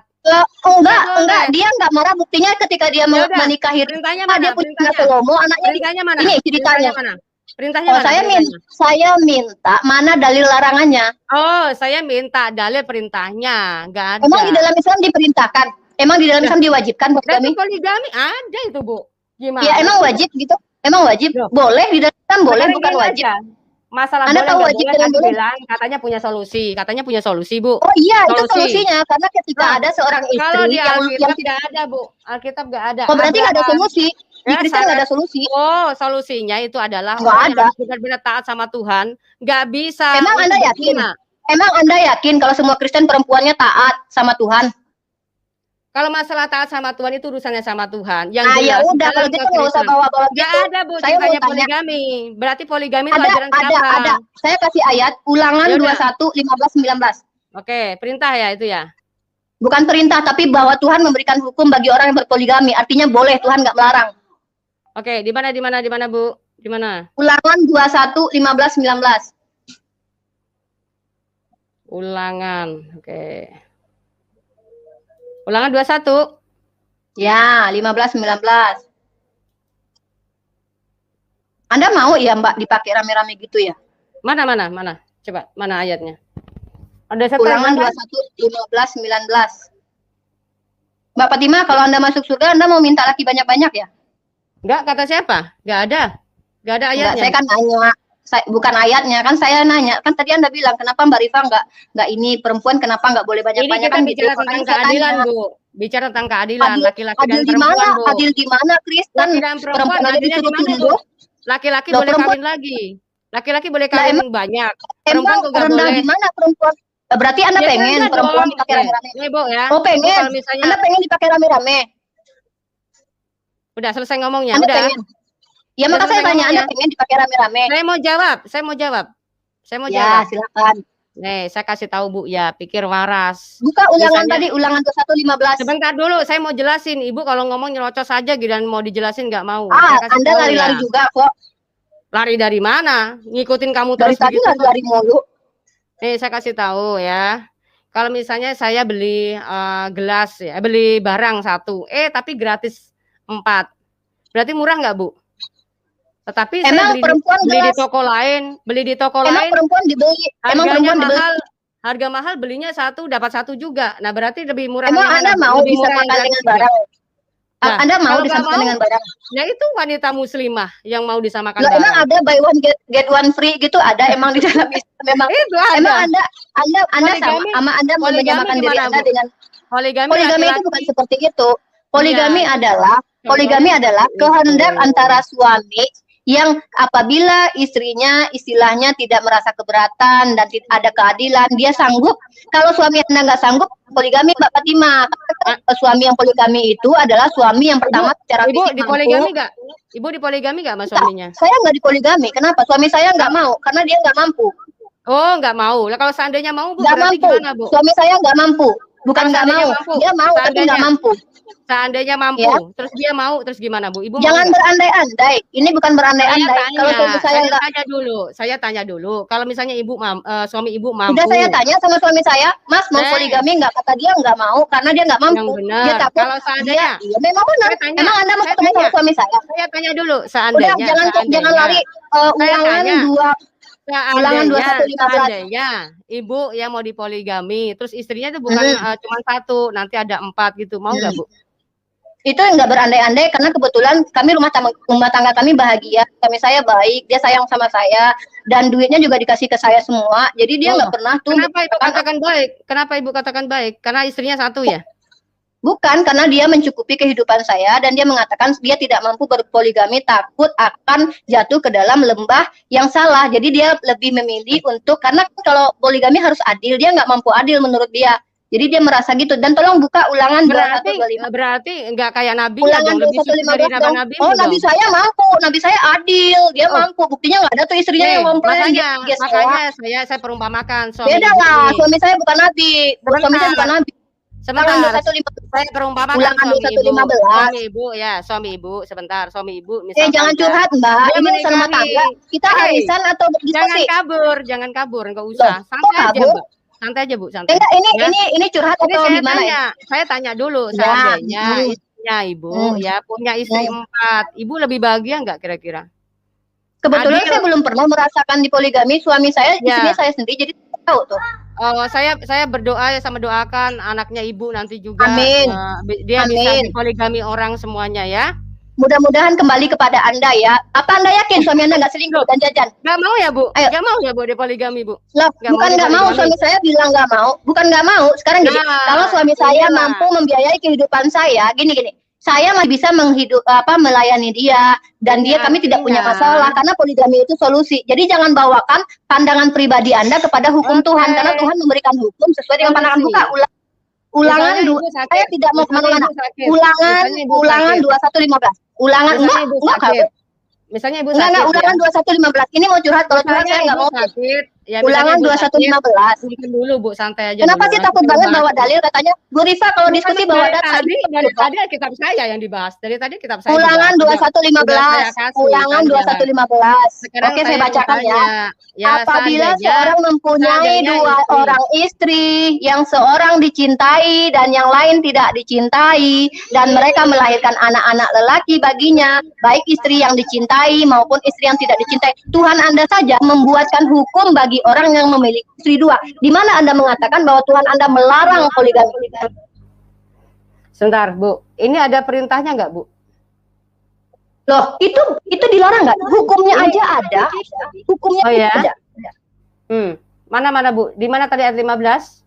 Ulangan 2115. Apabila seorang mempunyai 2 orang istri, yang seorang dicintai dan yang lain tidak dicintai, dan mereka melahirkan anak laki-laki baginya, baik istri yang dicintai maupun istri yang tidak dicintai, dan anak sulung adalah dari istri yang tidak dicintai, itulah kitab perjanjian lama yang dimana manusia itu gagal ya melakukan hukum Taurat, dan kebanyakan mereka selalu melanggar hukum Taurat. Di sini tidak ada namanya cerintah, makanya berkata apabila. Begitu Bu. Ya, itu gini loh. Kalau sudah diberikan hukum, artinya berarti boleh. Gak ada Bu, hukumnya udah disempurnakan sama Yesus. Berarti Tuhan menarik kata-katanya. Tuhan membatalkan kata-kata dia. Oh, gitu. Hukum Taurat dan sama Injil beda nggak? Taurat sama Injil beda nggak? Apa kaitannya dengan pertanyaan saya tentang poligami, hukum Taurat dan Injil? Kemana? Karena Yesus berkata, aku datang bukan untuk meniadakan hukum Taurat maupun kitab para nabi, tetapi aku datang untuk menggenapinya. Apa itu yang dimaksud menggenapi? Apa yang dimaksud dengan menggenapi? Sesuatu dia katakan gigi ganti gigi, dia genapi hukum kasih. Ya, Oke, berarti Yesus apa kata Yesus? Dia menggenapi, tidak mungkin satu iota pun dihilangkan. Artinya dia menggenapi semuanya. Dan tidak dihilangkan, Bu. Kitab perjanjian lama masih ada di sini. Masih kalian pakai nggak? Iya kan jadi hiasan doang. Pakai nggak? Saya bukan masalah hukum. Buat apa bukunya ada tapi hukumnya nggak dipakai? Kalau Yesus sudah menggenapi, dia sudah genap. Jadi masalah kenapa ada Al-Quran? Al-Quran ngapain? Saya mau tanya, jangan dulu ke Al-Quran, saya mau tanya. Tanya balik. Kamu protes soal Injil. Al-Quran melengkapi semua hukum. Kamu protes soal Injil. Kamu protes soal Injil. Saya nggak protes. Saya nggak protes, nggak ada urusan sama saya. Ada Al-Quran. Makanya Yesus datang sudah menggenapi. Jadi orang yang hidup di bawah kasih karunia Yesus tidak lagi hidup di bawah hukum Taurat. Begitu Bu ya. Oh berarti segala hukum di Taurat nggak dipakai lagi itu. Larangan-larangan di Taurat nggak dipakai lagi. Boleh berhubungan ini gitu. Oh gitu. Sudah digenapi oleh Yesus. Apa yang dimaksud dengan digenapi? Tetapi tidak ditiadakan. Apa yang dimaksud dengan digenapi? Tetapi tidak ditiadakan Bu. Oh, kalau tidak ditiadakan berarti boleh dong sekarang cok mata balas mata, gigi balas gigi gitu maksudnya. Tidak ditiadakan buat bukti bahwa kisah perjanjian lama ya menceritakan jadi, tentang kertasnya doang gitu, tulisannya doang yang ada. Iya Bu, kertasnya doang yang ada. Makanya ada kisah perjanjian lama maupun kisah perjanjian. Loh, Ibu melecehkan tentang kita saya lalu ngapain Al-Qur'an? Ngapain Al-Qur'an? Saya ngelecehin. Anda bilang hukumnya tidak ditiadakan. Saya mau tanya, kita bicara tentang hukum, Anda bicara tentang tulisan-tulisan. Melengkapi Ngapain semua hukum, Al-Quran? karena memang Yesus Saya tanya, mengatakan, Bu. Saya tanya, ngapain banyak Al-Quran? yang ingin aku Ngapain sampaikan ada Al-Quran? untuk melengkapi, Ngapain ada Al-Quran? melengkapi, Apanya dilengkapi? menyempurnakan Apa hukum, yang menyempurnakan disempurnakan? Apa semua yang hukum, mulai dari disempurnakan? bayi, Yang mana mulai yang dari bayi, disempurnakan? semua, Yang mana? semua, Yang mana? Hukum yang semua, mana? Hukum yang mulai mana? dari lahir, hukum pernikahan, hukum aurat. Anda punya nggak hukum Ke-10 aurat? hukum. Ke-10 hukum firman tahu, Bu? Semua Ke-10 hukum ada, firman. semua ada. Apa? Mak Coba, ada. Ibu coba Oke, buktikan. bentar. Buktikan. Coba Semua sini. ada. Mana? Bentar, Coba. sabar. Di dalam kitab Anda ada 10 hukum ya? Baik, di dalam tempat saya ada 1. Jangan berkata kasar, Ali Imran 159. Tahanlah marah, 134 Ali Imran. Berbaiklah kepada orang lain, An-Nisa 36. Jangan sombong, Al-A'raf 13. Oh, banyak. Ke-10 hukum, Bu. Saya, isinya apa, Bu? Anda baru punya 10, saya punya 100. Ke-10 hukum apa isinya, Bu? Namanya kan menyempurnakan, tahu nggak sih menyempurnakan? Menyempurnakan itu segala sesuatunya sempurna. Kalau hukum Anda 10, saya punya 100 nih. Ibu, ke-10 hukum itu, apa yang disempurnakan Muhammad? Coba tolong disebutkan, gitu loh, Bu. Santai saya saja, udah mau menyebutkan 100 hukum, Anda malah menghentikan saya. Ini saya sebutkan. 100 hukum dari mana, Bu? 100 hukumnya dari mana? Dari Al-Quran saya. Dari Al-Quran saya. Kenapa emangnya? Saya mau membacakan. Saya tanya. Muhammad ini menyempurnakan kitab terdahulu kan? Menyempurnakan hukum. Menyempurnakan hukum. Saya baca. Hukum 1. Jangan berkata kasar. Ali Imran 159. Tahanlah. Loh, ini saya baca. Loh, Anda tahu hukum nggak? Sebentar dulu. Anda tahu hukum nggak? Sebentar dulu, jangan ngegas. Sebentar dulu, jangan ngegas. Santai, ya santai. Lucu ya, dijawab pertanyaannya ditahan. Nanti lari-lari lagi nih Mbak Santai. Jangan merasa. Gimana mau santai? Anda saya mau jawab nggak boleh. Jangan sombong. Enggak lah, saya mau jawab kok. Ya, enggak ada dulu begitu. Sombong. Emang kami tinggi umat Islam itu kok mengakui menyempurnakan kitab terdahulu kan? Iya apa enggak? Iya, betul. Nah kitab terdahulu membenarkan. Hukum, Anda tahu nggak membenarkan? Ya, membenarkan. Oke, saya baca. Mau tahu yang dibenarkan? Oke, saya akan kasih tahu. Anda siap? Saya akan memberitahu bahwa ada perbedaan Septuaginta dengan kitab Anda. Berarti membetulkan Al-Quran. Oke, saya kasih tahu ayatnya. Siap ya?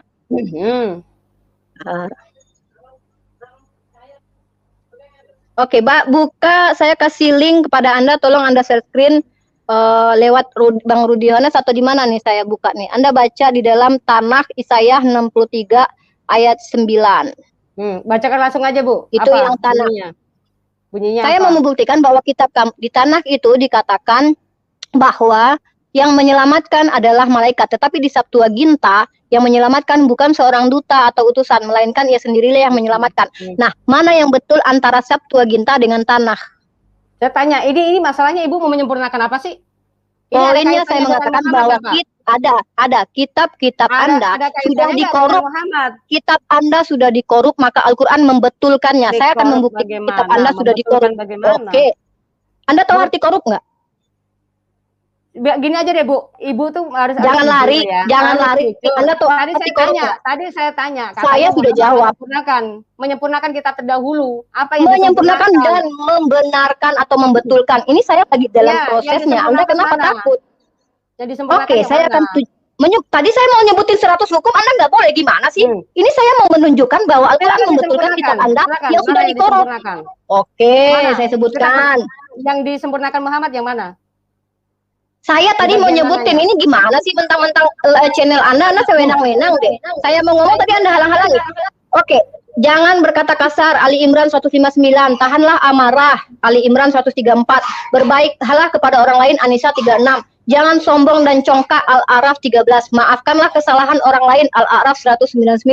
Berbicaralah dengan nada halus dan bersopan, Taha 44. Rendahkanlah suaramu, Luqman 19. Jangan mengejek orang lain, Al-Hujurat 11. Berbaktilah pada orang tua atau ibu bapamu, Al-Isra 23. Jangan mengeluarkan kata yang tidak menghormati orang tuamu, Al-Isra 23. Jangan memasuki kamar pribadi ibu bapakmu tanpa izin, An-Nur 54. Ini panjang loh, 100 loh, mau disebutin semua. Nah, ini masalahnya, itu semuanya di dalam perjanjian baru sudah ada semua, Bu. Mengapa emang ada kayak gini? Ada, Bu. Coba tunjukin, baik, hukum aurat. Yang pertama dan yang kedua apa, Bu? Hukum aurat. Oh, katanya semua yang 100 ini udah ada di perjanjian baru. Orang punya akal mana? Bu. Hukum aurat mana? Hukum perceraian mana? Hukum perceraian mana? Hukum warisan mana? Hukum jual beli mana? Nggak boleh cerai, Bu. Buk Cerai itu paling boleh dibenci. kata Yesus. Boleh Cerai kata paling Yesus. dibenci. Nggak ada. Boleh nggak ada, kata nggak ada Yesus. ceritanya. Bagi yang Mana? berzina Katanya boleh. Ada. Oke, bentar, Kata bentar. siapa? Oke, sebentar, Nggak ada, Bu, sebentar. ceritanya. Saya kasih dalil Jangan sampai dulu, ditinggal ya. sabar. Itu bawahnya ada ya, ayatnya ada ya di bawahnya ya. Ada ayatnya itu. Ada lanjutannya itu. Itu kamu jongkel itu. Sini, coba ayatnya. Sabar. Jangan mengingini istri orang lain. Kayak misalnya gini, Bu, jangan ada Allah lain. Ya, jangan menyembah berhala. Waduh, itu mah saya katakan mah di situ mah Muhammad mah semuanya melanggar semua di situ. Jangan membunuh Ayo, lah Muhammad. tunjukkan siapa yang membuat patung. Ayo, Kristen atau Islam yang membuat patung? Siapa? Siapa? Gak ada Kristen atau Islam? patung, itu patung Yesus, bukan patung itu. Itu bukan patung Yesus disebab, gimana? Bu. Bukan untuk disembah. Oh, Kami bukan gitu. Katolik. Sudah jelas-jelas dikatakan. Beda dengan Katolik. Beda oh, dengan berarti Katolik, berarti Katolik sesat. Katolik sesat. Oh, kalau saya nggak bisa ngatakan Katolik bebas, sesat nggak bisa. berarti benar itu dong. Berarti Katolik benar dong. Saya. Katolik berarti Katolik benar dong. Katolik yang punya Kristen. patung Yesus siapa? Yang punya Katolik patung siapa? Katolik bukan Kristen. Yang punya patung siapa? Katolik. Berarti Katolik. Oh, yang berarti Katolik itu tidak mengakui Yesus. Berarti Beda. Katolik sesat. Oh, Katolik sesat gitu. Oh, berarti ya udah gitu aja. Enggak, saya enggak mengatakan sesat. Berarti menurut Anda kan enggak boleh. Yang nyembah berhala siapa, Bu? Yang nyembah berhala siapa? Coba tunjukin kalau kami menyembah berhala. Tunjukin dalilnya. Tunjukin dalilnya. Tunjukin dalilnya. Ibu salat ngadep kemana? Ibu salat ngadep kemana? Iya, nabi-nabi dahulu juga berdoa menghadap kiblat. Nabi Daud juga menghadap kiblat, berdoa menghadap kiblat. Oh, kiblatnya yang pernah kita buka.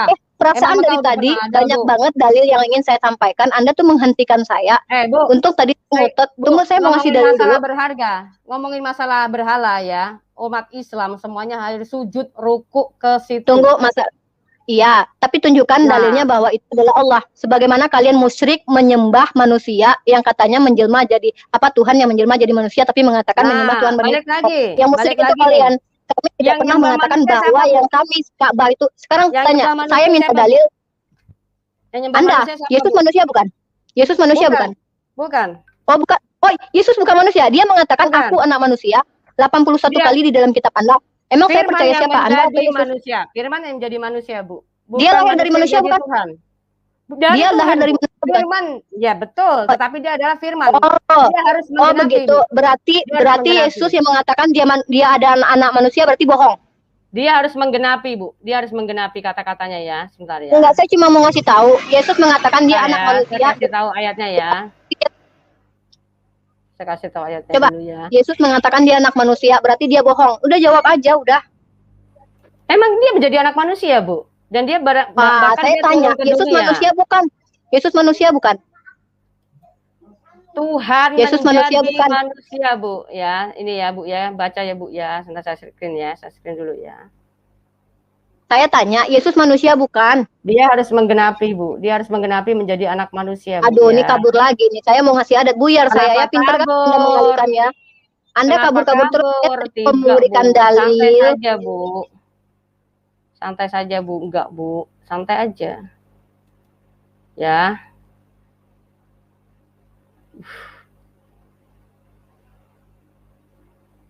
Ya, ini ya, Bu ya. Sebab seorang anak telah lahir untuk kita, seorang putra telah diberikan untuk kita, lambang pemerintahan ada di atas bahunya. Dan namanya disebutkan orang penasehat ajaib, Allah yang perkasa, Bapa yang kekal, Raja damai. Nah, di sini dia harus menjadi anak manusia, Bu, sebagai seorang putra ya. Itu telah lahir apa akan lahir? Putra. Sebab itu di zamannya saya Yesus sudah lahir. Memang ini nubuat telah lahir. Ini nubuat, Bu. Yesaya ini ada kitab nubuat. Kata telah lahir. Nubuat. Iya. Telah lahir dengan akan lahir sama enggak? Bu, gini Bu, ini kitab nubuat yang dia akan lahir. Saya nggak peduli. Telah lahir mana? Mana akan lahir? Mana akan lahir di situ? Sebab seorang anak telah lahir untuk kita. Ini maksud dia mengatakan masa yang akan datang itu.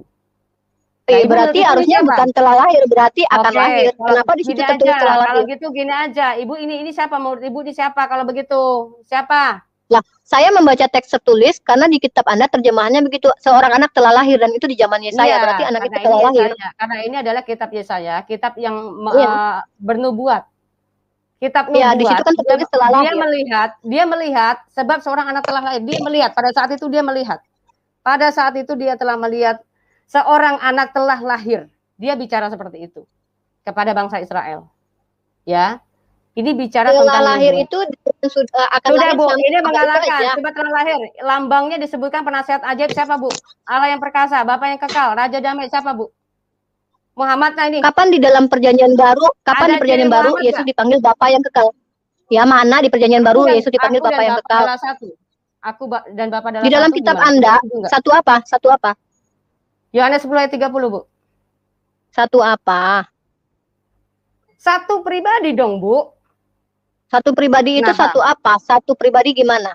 Dia berarti satu. Bapa itu turun ke bumi. Nih baca lagi ya saya ya Bu ya biar paham ya. Seorang anak itu telah lahir, itu telah lahir tulisannya, bukan akan lahir. Itu di situ telah lahir. Bu, dia penglihatan, dia melihat itu telah lahir. Ya udah, kalau begitu telah lahir dengan akan lahir sama berarti menurut kalian. Dari mana Anda tahu? Makanya tadi siapa itu, makanya kalau memang nggak mau terima Ibu harus bisa menafsirkan itu siapa. Yehezkiel, menurut orang Yahudi itu Yehezkiel. Oh iya, Yehezkiel sebagai Bapa yang kekal? Bukan menurut saya nggak mau kurang ajar mentafsirkan kitab orang Yahudi, terus menubuatkannya sembarangan mencoma-coma, saya nggak mau. Itu kitabnya orang Yahudi dan orang Yahudi mengatakan itu bukan untuk Yesus tapi Yehezkiel.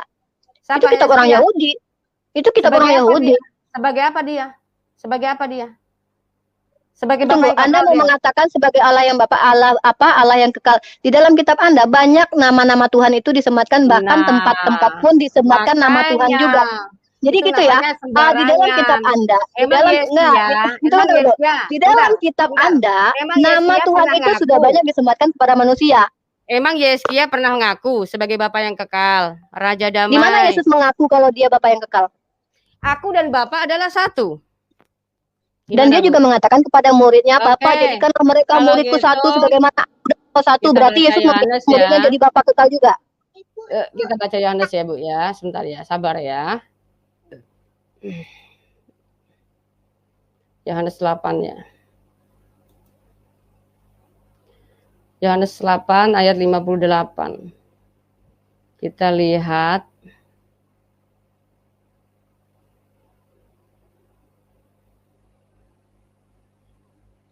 Nih Bu, kata Yesus kepada mereka, aku berkata kepadamu, sesungguhnya sebelum Abraham jadi aku telah ada. Menurut Ibu gimana nih? Kalau Melkisedek tidak berawal tidak berakhir. Melkisedek di Tuhan kan juga adil dah. Iya, saya tanya, ini Yesus bisa bicara seperti ini loh Bu.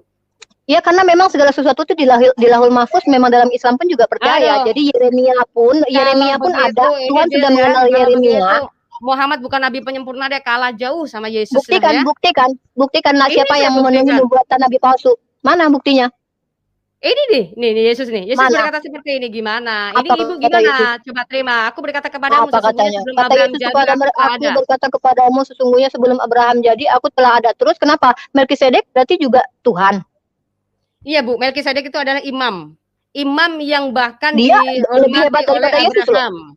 Iya, lebih hebat daripada Yesus loh dia loh. Dia tidak berawal tidak berakhir.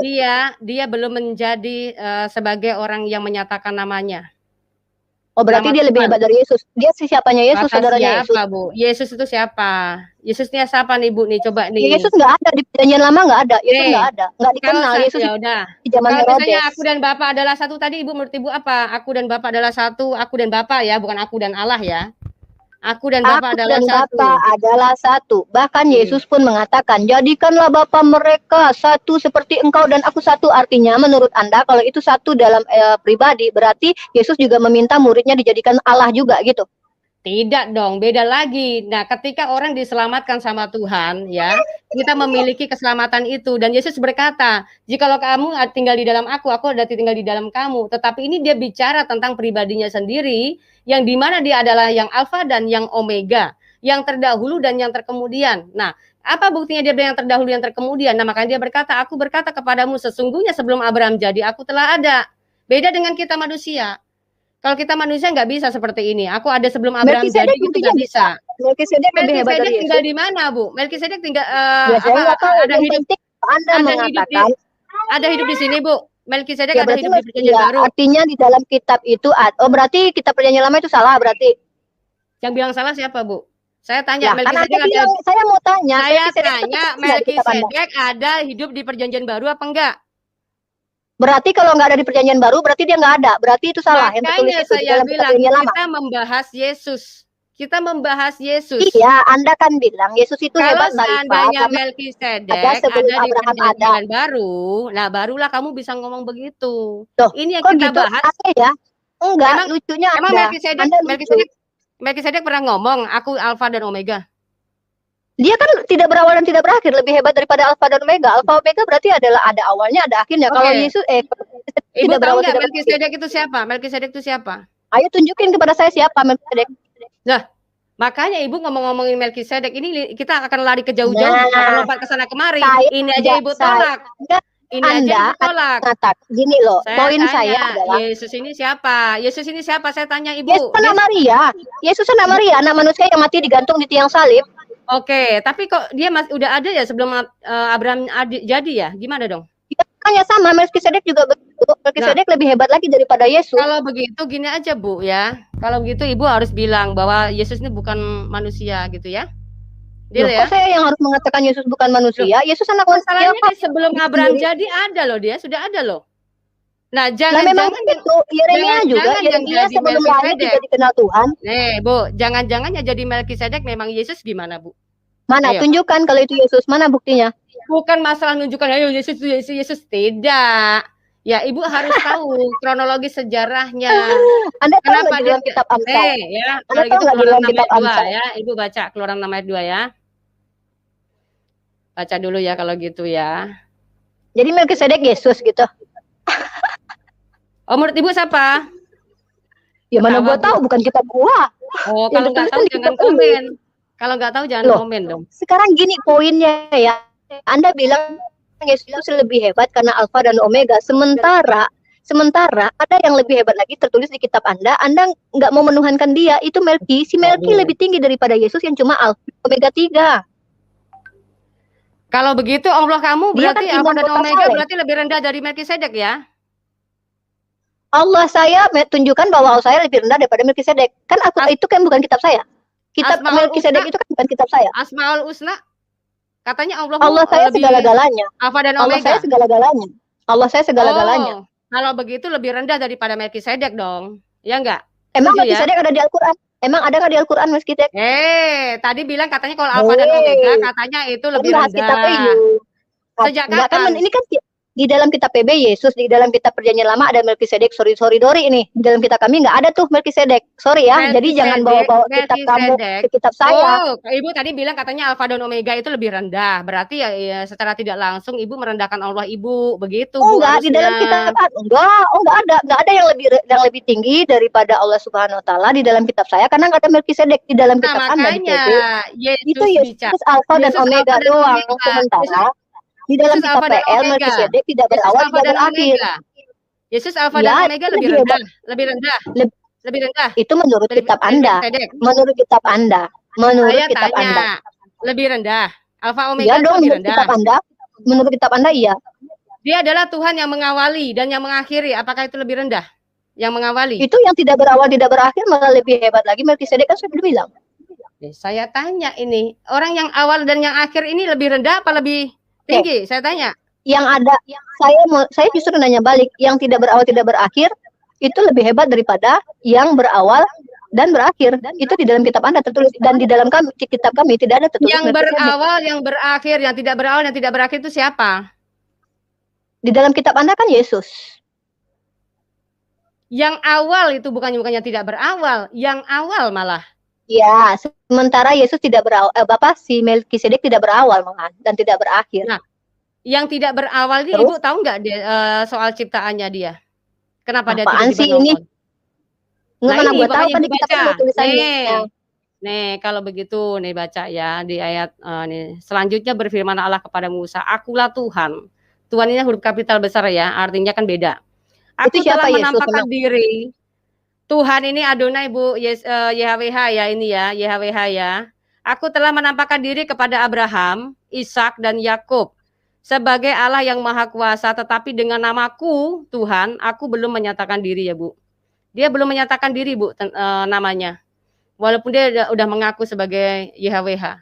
tetapi dia belum menyatakan namanya. Nah, menurut Ibu ini siapa? Kira-kira kapan dia menyatakan diri itu kapan? Ya, tunjukin aja kalau Menyatakan. ada umat Yahudi menyembah kepada Tuhan yang punya 3 pribadi, yang nuzul ke dunia menjadi manusia terus mati di tiang salib. Itu Bu, aja saya gampang. tanya Bu, saya tanya Bu, kapan kira menurut Ibu tuh dia menyatakan diri? Kapan? Menyatakan diri ini menyatakan bagaimana? Dia nongol ke dunia terus berubah. Tada, gua Tuhan nih gitu. Menyatakan namanya Bu. Ini nih, makanya baca Bu, jangan alergi baca. Emang oke. Nama Tuhan Anda siapa sekarang saya tanya? Yesus Kristus, Bu. Iya. Yesus itu berasal dari apa? Yesua. Anda baca di kitab perjanjian lama. Karena Allah kita mau dalam perjanjian lama sampai perjanjian baru, dia adalah juru selamat. Selesaikan saya ngomong dulu dong. Gua ngomong dulu ya. Juru selamat tahu arti apa? Juru selamat dalam bahasa Ibrani-nya apa? Apa dalam bahasanya apa ya? Mosia. Apa ya, Bu, ya? Oh, Mosia. Gitu. Oke. Jadi Mosia itu sudah banyak di dalam kitab perjanjian lama, bahkan Musa pun dikatakan Mosia. Nah, sekarang Anda mau mengatakan bahwa Tuhan menyatakan namanya yaitu Yesus. Sekarang gue tanya, kenapa itu nama Yesua banyak banget di kitab PL? Kenapa nama Tuhan diberikan kepada banyak orang? Yesua bin Nun, Yesua ini, Yesua itu. Dan anehnya nama Yesus itu bahkan nama kriminal pun ada, Yesus Barabas. Lu bayangin nama Tuhan dipakai-pakai orang. Bu, tadi kan udah dibilang. Jadi yang namanya Yosua itu juga bukan hanya pakai bin-bin itu, beda Bu ya. Jadi di sini dia harus punya nubuatan. Yosua nama Tuhan lu apa enggak, Mbak Fatimah? Iya, Yosua nama Tuhan Anda apa tidak? Oke. Kalau Anda mengatakan nama dia belum dinyatakan, berarti nama Tuhan Anda sudah dinyatakan kepada Yosua. Kedatangannya Yosua tidak ada di dalam perjanjian baru. Dia tidak ada di dalam kitab Injil. Ya, jadi Yosua di dalam perjanjian lama berbeda yang penting dengan namanya. Karena Yosua itu bukan Al-Masih, bukan Mesias. Jadi yang dimaksud di sini nama adalah Yesus Mesiasnya. Nama Yesus siapa? Bu. Nama Yesus siapa? Mesias banyak. Mesias banyak. Mesias banyak. Mesias banyak siapa aja, Bu? Oke. Daud Mesias yang diurapi. Mesias itu banyak. Daud adalah Mesias juga diurapi. Aduh. Mosia banyak. Ehud adalah Mosia juga. Ibu dapat ayat di mana sih, Bu? Oke, saya tunjukin ayatnya. Bentar, sabar. Ya. Silahkan. Oke. Apakah Yesus punya Daud punya gelar Mesias? Coba ayatnya di mana? Daud itu, Anda tahu nggak arti Mesias? Ya, yang diurapi, Bu. Terus? Daud diurapi apa enggak? Memang diurapi, tetapi beda. Apa bedanya? Bukan punya gelar sekarang Mesias. Kita bicara tentang Mesias. Mesias itu di dalam PL 1 Samuel 9:16. Kalau begitu seandainya baru gue mau jawab kalau begitu baru gue mau kasih dalil. Gimana sih? Elisa 1 Raja 19:16 juga. 1 Samuel Daud 16. Kores di Yesaya 4:51. Nah, sekarang Mosia di dalam Yesaya 19:20 itu Musa menjadi Mosia. Di dalam Ehud hakim-hakim Ehud juga adalah Mosia di Hakim 3:15. Mana Bu? Masih mana sih? Ayatnya mana coba sini? Buka Yesaya 19:20. Yesaya 19:20.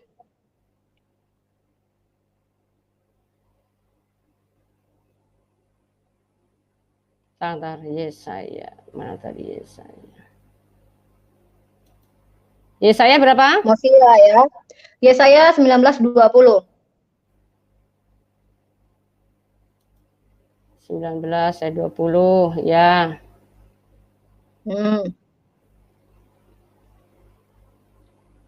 Itu akan menjadi tanda kesaksian bagi Tuhan semesta alam di tanah Mesir apabila mereka berseru kepada Tuhan.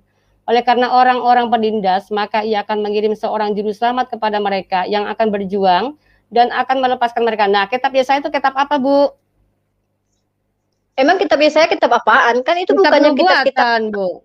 Kitab nubuatan nih, Bu. Kitab para nabi. Emang yang minta-minta penindas tentang juru selamat.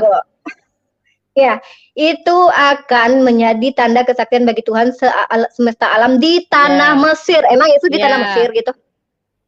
Tentang mana itu nih? Akan menjadi tanda kesaksian bagi Tuhan semesta alam di tanah Mesir. Apabila mereka berseru kepada Tuhan. Ini beda lagi. Juru selamat oleh karena orang-orang penindas. Musa beda. Baca bahasa Ibrani-nya itu Mosia. Ini mengirim seorang juru selamat.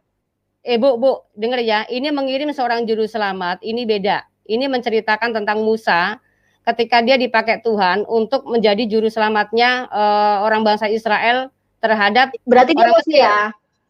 Bukan Iya, dia dong. manusia berarti. Beda Loh, dong. Kalau kok begitu, bukan? Baca, oke. baca kitab Oke, Seferianya, kalau tanahnya. begitu Bahasa Ibraninya baca. nabi kamu bagaimana nabi kamu? Nabi kamu Nabi saya apakah kenapa? Musa itu punya gelar Al-Masih? Sekarang gini, yang memberi gelar Al-Masih itu, yang diberi gelar Al-Masih di dalam Islam itu cuma Nabi Isa alaihissalam, tapi di kitab kamu Ya. tertulis bahwa Musa adalah manusia. Lalu apa hubungannya Nggak dengan ada. saya? Ceritanya beda. Ini nggak ada Mesias, nggak ada tulisnya yang disebut Mesias. Anda Juru tahu selamat nggak dengan Musia itu Mesias artinya beda. apa? Apa artinya? Oke, Mesias memang beda. Mesias itu artinya yang diurapi, tapi kalau Musia artinya juru selamat. Bedanya di mana? Lalu juru selamat apa? Juru selamat apa artinya? Ya, yang tukang menyelamatkan lah, masa juru parkir? Tukang menyelamatkan untuk apa nih? Untuk apa nih? Juru selamat kemana nih? Ini gue nggak peduli, yang penting Musa di situ masih. Artinya sebelum Yesus ada, loh sekarang gini, poinnya sekarang gini, poinnya adalah sebelum Yesus sudah ada Musia. Ya, misalnya kayak Keluaran 3 ayat 14 mengatakan sebelum Yesus Musia udah ada. Aku kepadamu. Beda Bu, Al-Masih sebelum Yesus beda, jadi Musia. Yang lain Musia udah banyak. Ehud juga jadi Musia di Hakim 3:15. Mesias Bu, bukan Musia Bu, Mesias Bu. Ya, kalau Mesias itu beda. Mesias gimana sih? Masa saya harus ngajarin Anda bahasa Ibrani? Mesias itu Mesias yang diurapi, Musia juru selamat. Emang apa arti Mesias? Sama Musa beda, ya, Bu. Gelarnya sama Musa beda. Oh iya. Jadi Yesus apa? Yesus beda. apa? Mesias. Ya, Yesus Bu. Apa? Mesias, Bu. Oke, Daud Mesias. Daud Mesias. Bukan, beda. Arti Mesias apa? Arti Mesias apa? Aduh, masalah yang diurapi ya Bu ya. Masa diurapi, bolak-balik ya, diurapi. Memangnya itu gelar, sebuah gelar. Beda Bu. Ini gelar masalah diurapi dengan Mesias. Mesias yang akan datang. Beda, Mesias yang akan datang. Ya, arti Mesias itu apa? Baca Yesaya 48-nya ya. Bolak-balik ya nanya. Arti Mesias itu apa? Yang diurapi, arti Mesias apa? Oke. Yang diurapi, Mesias Bu. Yang bergelar Mesias di dalam kitab Perjanjian Lama ada apa enggak? Nih ya Bu ya, baca ya. Nih, baca. Yesus juru selamat atau yang diurapi sih? Yesus adalah Tuhan dan juru selamat manusia. Beda. Juru selamat bahasa Ibrani apa? Juru selamat bahasa Ibrani apa? Juru selamat untuk orang Mesir beda ya Bu ya. Juru selamat untuk orang bahasa Israel saya nanya itu. Beda. Bahasa Ibraninya juru selamat apa? Juru selamat untuk menyelamatkan beda Bu ya. Bahasa Ibraninya apa? Biar bisa paham, dengarkanlah aku, hai Yakub, dan engkau Israel yang kupanggil, akulah yang tetap sama. Akulah yang terdahulu. Aku juga yang terkemudian. Ibu, menurut Ibu ini siapa yang ngomong? Makasih ya, makasih banyak ya. Berarti benarlah kata Tuhan Bani Israel ini, dia tidak berubah karena dialah yang tidak bisa dideskripsikan. Tiba-tiba kalau ada Tuhan baru yang lahir di zaman Herodes, berarti itu bukan Tuhan karena dia Tuhan mengatakan, akulah yang tetap sama, akulah yang terdahulu, akulah yang terkemudian. Berarti tidak ada lagi Tuhan yang lahir di zaman Herodes. Yang terkemudian datang ya? Yang terkemudian ini bagaimana? Terkemudian ini maksudnya bagaimana? Loh, kan dia yang Alfa dan Omega. Berarti dia yang terkemudian yang datang. Dia maksud Alfa dan Omega menurut Anda ini apa?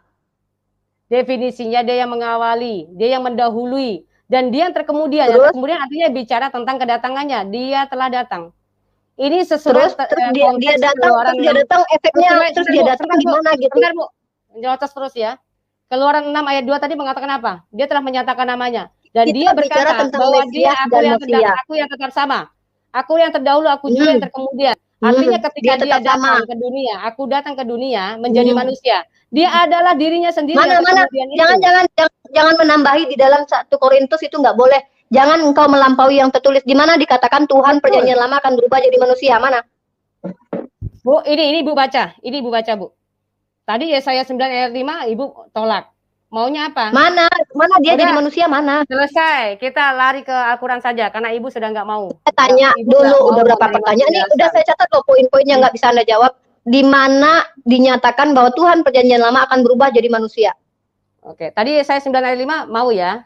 Siap ya? Tadi ya? Di mana di situ kalau Tuhan mau berubah jadi manusia? Oke.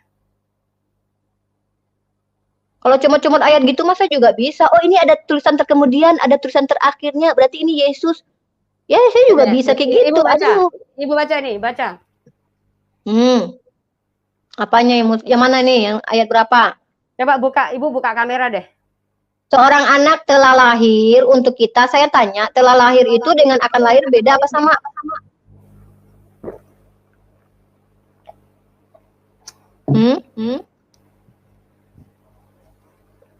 Udah, makan mie dulu sana. Sorry, aku minum ya. Ibu buka kamera deh. Ibu buka kamera. Bentar.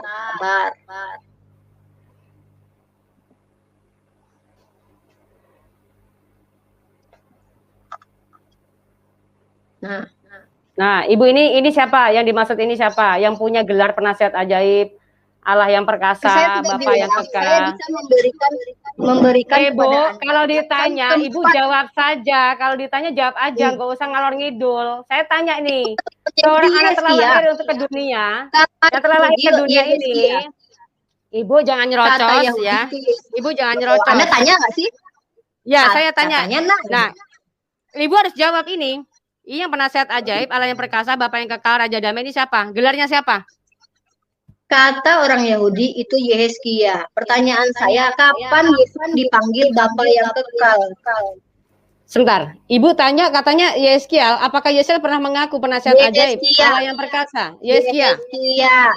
Apa dia pernah mengaku Allah yang perkasa, Bapa yang kekal, Raja Damai? Dia pernah begitu? Pernah ngaku itu? Di dalam kitab Perjanjian Lama, orang-orang yang diberikan nama Tuhan itu banyak. Bahkan sebuah tempat suci pun dipanggil dengan nama Tuhan. Saya tanya Ibu, Yehezkia pernah ngaku nggak? Pernah ngaku ngomong ini nggak? Pernah ngaku dia dipanggil atau dia ngaku di situ tertulis? Dia ngaku nggak bahwa akulah Bapak yang... Gelarnya penasihat ajaib, Allah yang perkasa, Bapa yang kekal, Raja Damai. Ini siapa, Bu? Kok dia seorang anak laki loh? Dia lahir seorang laki-laki, Bu. Ini kitabnya orang Yahudi. Seorang anak telah lahir untuk kita. Seorang putra telah diberikan untuk kita. Memangnya Yehezkia dia pernah mengaku jadi Tuhan dan juru selamat? Dia pernah mengaku juru selamat? Apakah dia dipercaya sama orang pada waktu itu dia sebagai juru selamat manusia? Gimana sih? Ini tanya juru selamat apaan sih? Anda pertanyaan Anda apa poinnya? Memangnya tuh Ibu nggak ngaku bahwa Yesus juru selamat? Juru selamat untuk Bani Israel yang ngaku saya. Dia untuk Bani Israel memang. Kenapa emang? Tidak, Bu. Salah, Bu. Ibu nggak mau terima kenyataan saja. Mana? Dia yang mengakui kok aku untuk domba dari Bani Israel. Lalu? Dari Bani Israel ya, Ibu tahu nggak? Iya. Tuhan tuh memilih bangsa Israel untuk menjadi saksinya. Apa sih? Tuhan memilih bangsa Israel untuk menjadi pilihannya, Ibu paham nggak? Tahu di dalam Al-Quran ada Bani Israel menjadi bangsa yang terpilih. Emang kenapa? Nah, kalau begitu, ketika Tuhan ada di bangsa Israel, Dia mengutus para muridnya ya untuk menjadi saksi-saksinya, maka Dia berbicara, ya ini berbicara untuk pergi ke seluruh dunia. Pergi untuk ke seluruh dunia ya, semua orang untuk mengabarkan Injil dan bahkan untuk menjadikan semua bangsa muridnya. Benarnya berantakan banget. Ini kita ngomong apa? Poinnya apa? Loh, dari tadi nggak ngerti poinnya apa bagaimana? Yang punya gelar tadi yang sebenarnya Allah perkasa siapa? Lah, Ibu saya mengatakan menurut orang Yahudi itu adalah Yehezkia. Tapi saya nggak mau lancang mentafsir kitab orang Yahudi, paham? Menurut Yahudi, ya. Yehezkia, lalu Yehezkia-nya pernah nggak di situ dianggap sebagai Bapak yang kekal, Raja Damai? Jangankan Yehezkia, bait suci pun dipanggil dengan nama dalilnya. Jadi seorang laki-laki, dia seorang laki-laki lahir, dia lahir seorang bait suci itu. Di situ kan buktinya telah lahir kan? Iya telah lahir. Siapa itu manusia? Manusia itu siapa, Bu? Yang telah lahir? Yahudi, Yehezkia. Gimana sih? Apakah Yehezkiel itu diakui sebagai Bapak yang kekal, Raja Damai, Juru Selamat? Banyak, saya sudah katakan banyak nama Bukan orang. masalah banyak. Siapa? Banyak itu siapa? Masalah banyak itu siapa? Jangan ngomong banyak-banyak melulu dong. Saya nggak bisa. Anda kan loncat-loncat. Kita nggak ada tema, kita nggak ada moderator. Saya ngikutin kamu. Makanya saya minta satu. Jadi Anda ketika minta nggak mungkin saya langsung dalil. Kita udah kemana-mana. Saya minta satu tema, Anda kasih. Saya minta moderator, Anda nggak kasih. Anda memang mau loncat-loncat. Saya disuruh Bang Rudi yang harus dari jadi mana? Boleh. Saya ngikutin kamu. Saya ngikutin kamu, Bu. Mau kasih dalil dulu, sabar. Saya kasih dalil dulu, sabar. Ya, oke, tunggu. Ya, tunggu ditutup lagi.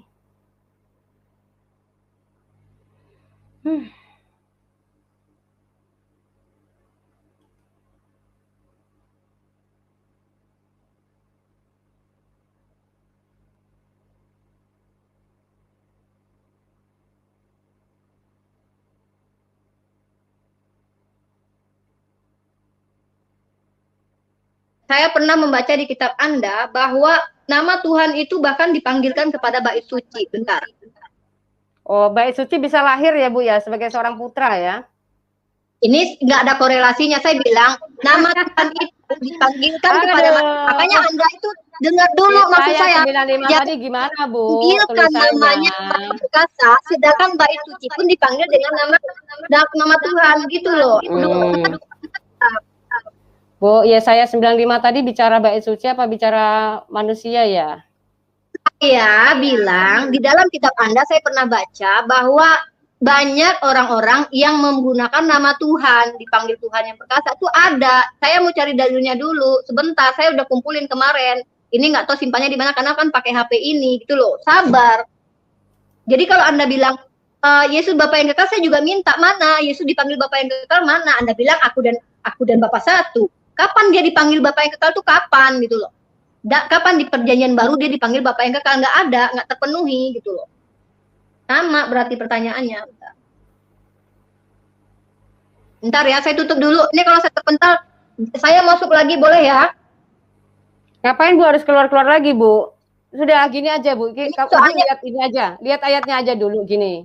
Ibu lihat baik-baik. Ya, ini kan mengatakan sebab seorang anak telah lahir untuk kita. Seorang putra telah diberikan untuk kita. Diberikan untuk kita. Ya oke, nggak masalah. Seorang putra telah diberikan untuk kita, Bu. Apakah kalau Ibu merujuk kepada Yeskia, apakah Yeskia itu diberikan untuk kita, Bu? Itu bukan kata saya, itu kata orang Yahudi. Saya nggak mau Ibu nggak usah ikut-ikutan sama orang Yahudi. Itu mengatakan Ibu nggak usah ikut-ikutan sama orang Yahudi. Ibu nggak usah ikut-ikutan sama orang Yahudi kalau ini begitu. Kan kitabnya orang Yahudi. Ini kan kitab orang Yahudi. Tadi ini orang Yahudi nggak bisa bantah. Yahudi bisa bantah. Emang kapan Yesus dipanggil Bapa yang perkasa? Bapa yang kekal itu kapan dipanggil? Tanya sama orang Yahudi. Sama orang Yahudi. Memangnya yang dianggap Mesias yang ditunggu-tunggu Yeskia? Enggak, itu bukan berkata tentang Mesias, tapi Bapa yang kekal. Kapan Yesus dipanggil Bapa yang kekal? Memang di situ ada kata Mesianya. Kalau misalnya aku dan Bapa dan Bapa adalah satu, Ibu nggak mau juga. Di dalam kitab Anda, Allah di dalam diri manusia itu banyak ayatnya. Banyak ayatnya di mana di dalam kitab Anda Tuhan ada di dalam diri manusia. Tadi Ibu punya manusia. Bahwa Yesus itu berdasarkan dalil kitab Anda. Bapa di surga, dia lahir bukan dari manusia, ya kan? Dia adalah firman yang menjadi manusia. Dan Ibu tadi menyangkut pautkan dengan Tritunggal, ya kan? Menyangkut pautkan dengan Tritunggal, lalu menganggap bahwa Bapa itu adalah Bapaknya Yesus. Nah, berarti Yesus adalah anak Allah, kan gitu. Yesus berkata, dengar dulu, Yesus berkata apa? Aku belum pergi kepada Bapakku dan Bapamu, Tuhanku dan Tuhanmu. Artinya Yesus punya Tuhan. Ya, Tuhannya Yesus siapa? Sebagai Bapa yang kekal? Tuhannya Bani Israel. Tuhannya Bani Israel. Kenapa kok dia bisa bilang begitu, Bu?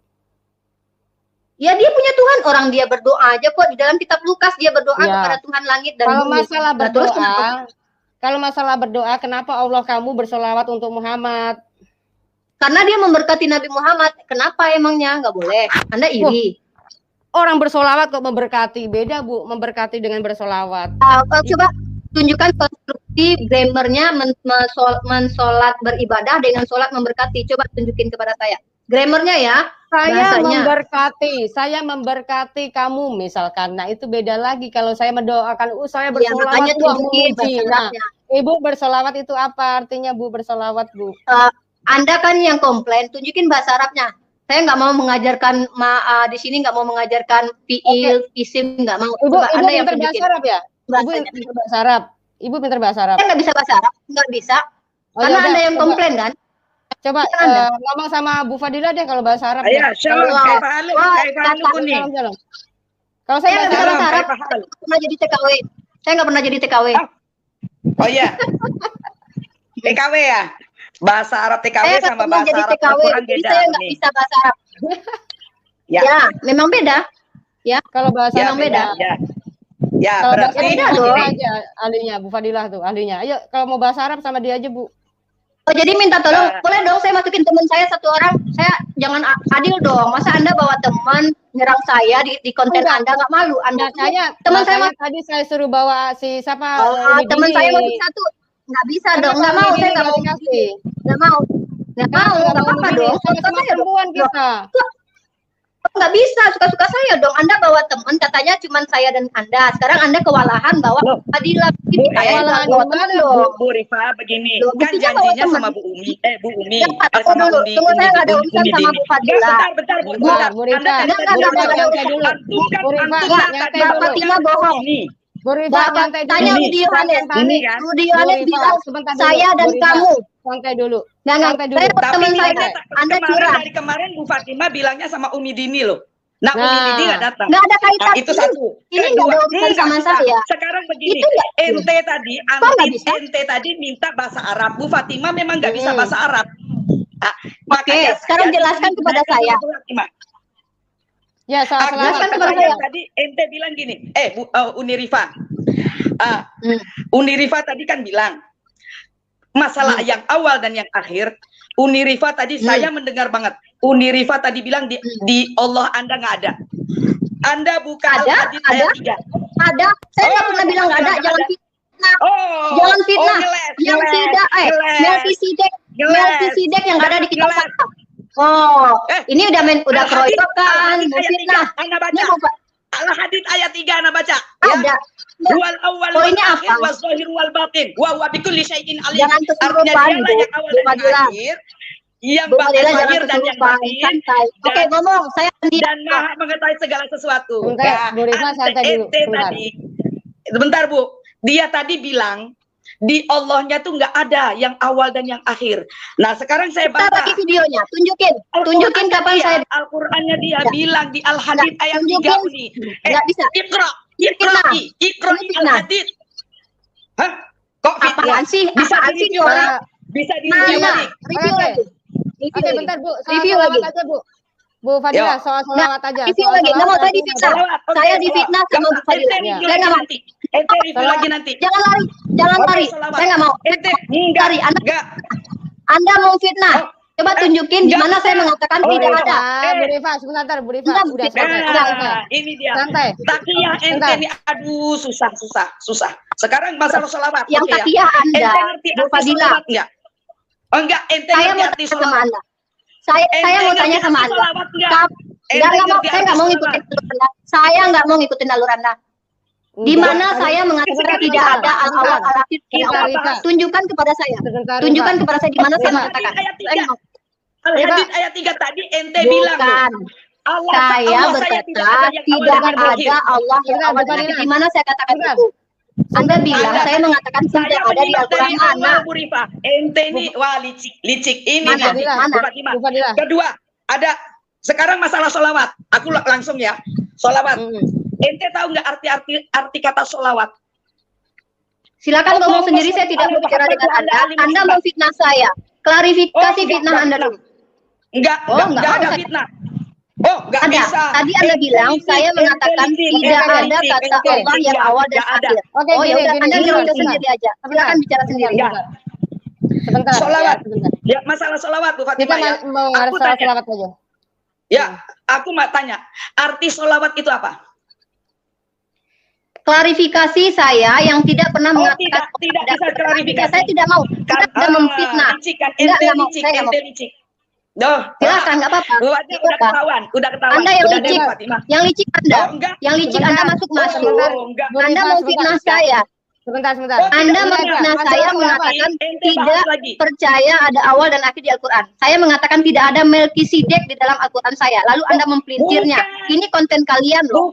Saya berada di kontennya Fatimah sekarang ini. Dan Anda masuk-masuk memfitnah saya mengatakan bahwa saya mengatakan tidak ada awal dan akhir kepada Allah.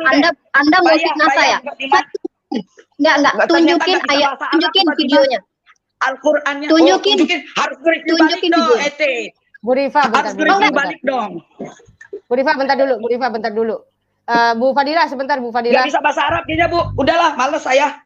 Gak bisa. Ya udah, Anda aja pergi. Kenapa Anda masuk tiba-tiba nyerang saya dengan memfitnah saya, mengatakan tidak ada awal dan akhir kepada Allah, padahal saya mengatakan tidak ada Melkisedek di Al-Qur'an.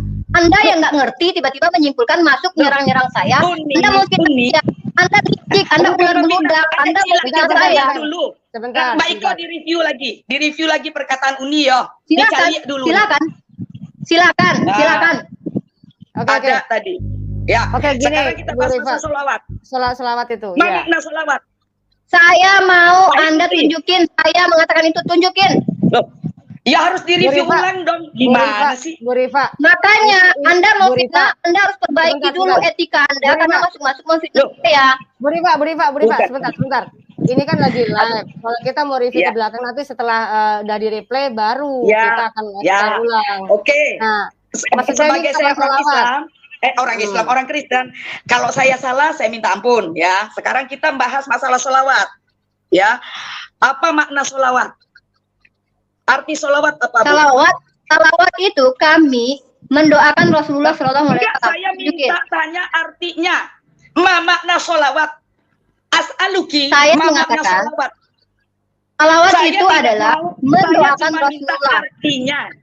Saya cuma minta artinya. Anda kan lebih paham dari saya. Anda dong yang tunjukin. Saya nggak bisa bahasa Arab. Kan saya bilang, saya nggak bisa bahasa Arab. Lah, ini ngelesnya bagus Bu Fatimah. Cakep. Iya. Terus aku guyu toh. Ada tunjukin Anda ajarin saya. Oke. Bukan begitu Uni ya. Uni kalau makna salawat. Enggak. Makna salawat. Makna salawat. Makna salawat. Kenapa makna salawat? Kita kan tanya ke ente. Anda katanya paham. Justru. Ini kan masalah kita bicara masalah agama makna salawat. Makna salawat. Enggak bisa. Makna salawat. Saya tanya balik. Tadi kan saya tanya kenapa ente tanya balik. Artinya ente nggak paham arti salawat. Gitu aja. Ya, oke. Menurut Anda saya nggak paham. Ajarkan saya. Ayo, makna salawat. Ya, salawat. Jadi Allah bersalawat kepada Muhammad. Salawat itu mendoakan. Paham? Terus? Artinya Allah mendoakan Muhammad. Berarti Allah mendoakan Muhammad. Nah, berdoa kepada siapa? Salawat kami dengan Allah berbeda. Allah memberkati, bukan mendoakan. Memberkati dan berdoa beda. Tadi kan saya bilang, Bu. Makanya kalau masalah bahasa Arab, ya Bu, sebentar Bu Fadilah. Tadi kan saya udah bilang, kalau Allah katanya memang Tuhan, dan dia mensandingkan dengan Yesus yang katanya berdoa, ya kan? Terus saya lari ke Allah, lah Allah kamu aja bersolawat. Nah saya tanya, solawat kepada siapa? Nah kalau memang pengen tahu bahasa Arab, dia tanya saya kan solawat artinya apa kan? Oke kalau begitu, kalau pengen tahu masalah bahasa Arab, ke Bu Fadilah, saya ngomong gitu kan. Nah di sini dia malah kayak marah-marah jadinya gitu loh. Maksud saya kalau memang kita bicara jujur, ya Allah itu bersolawat kepada siapa gitu loh Bu Rifa. Kan Allah kan enggak ngerti ya. Iya, terus Bu Fatimah. Sepertinya sudah enggak ada, dia sudah hilang ya? Enggak tahu, kayaknya masih ada, cuman ini kali. Enggak ngerti juga saya. Dia dimatikan sinyalnya. Nah, hilang lagi. Ya udah. Dia udah hilang. Sorry Bu Fatimah, suaraku lagi serak, jadinya kayaknya gede banget, banter banget suaraku. Sorry. Begini loh, siapa namanya dari tadi nih si Umi ini, dia tuh paling nggak suka kalau ngebahas kitabnya kan. Nah saya kan menanyakan mengenai tentang derajat wanita. Di situ masalah wanita dan perempuan, dia bilang katanya sama lebih terhormat daripada Kristen, katanya begitu kan. Nah intinya kan saya jawab dengan hadis ya tentang wanita. Oke. Kan tadi pertanyaan awal, kenapa wanita banyak di neraka? Itu ada hadisnya. Kita bicara jujur ya, tidak bohong. Hadis itu nih dari Imam bin Husain radhiyallahu anhu dari Nabi SAW bersabda, "At-talaqtu fil jannah." Ya. Ini masalah ini ya, benar paling banyak di neraka. Faro'aitu aksaro ahliha al-fuqara wa talaqtu finnari faro'aita aksaro ahliha an-nisa. Nisa itu perempuan. Nah, rawahul Bukhari 3241 wa Muslim 2737, artinya aku diperlihatkan di surga, ini Rasul ngomong. Aku melihat kebanyakan penghuninya adalah kaum fakir. Lalu aku diperlihatkan neraka, aku melihat kebanyakan penghuninya ada para wanita. Artinya dalil yang dia omongkan tadi dipatahkan sama dalil ini. Dia bilang kalau perempuan mau masuk surga harus berbaik sama suaminya, mengikuti perintah suaminya. Sementara dalil yang ini mengatakan paling banyak wanita itu di neraka. Artinya bertentangan enggak? Bertentangan iya, tidak bertentangan iya juga. Artinya begitu sulitnya wanita masuk surga, itu satu ya. Banyak hadisnya tentang wanita masuk neraka tuh banyak sekali ya. Itu masalah poligami, dia bilang solusi. Kita lihat, kita udah sering bahas masalah ini ya Bu Fatimah ya. Poligami ini apakah solusi? Katanya akibat solusi tadi poligami. Nah, akibat dari poligami kan kita tahu sendiri, Bu Fatimah tahu juga ya.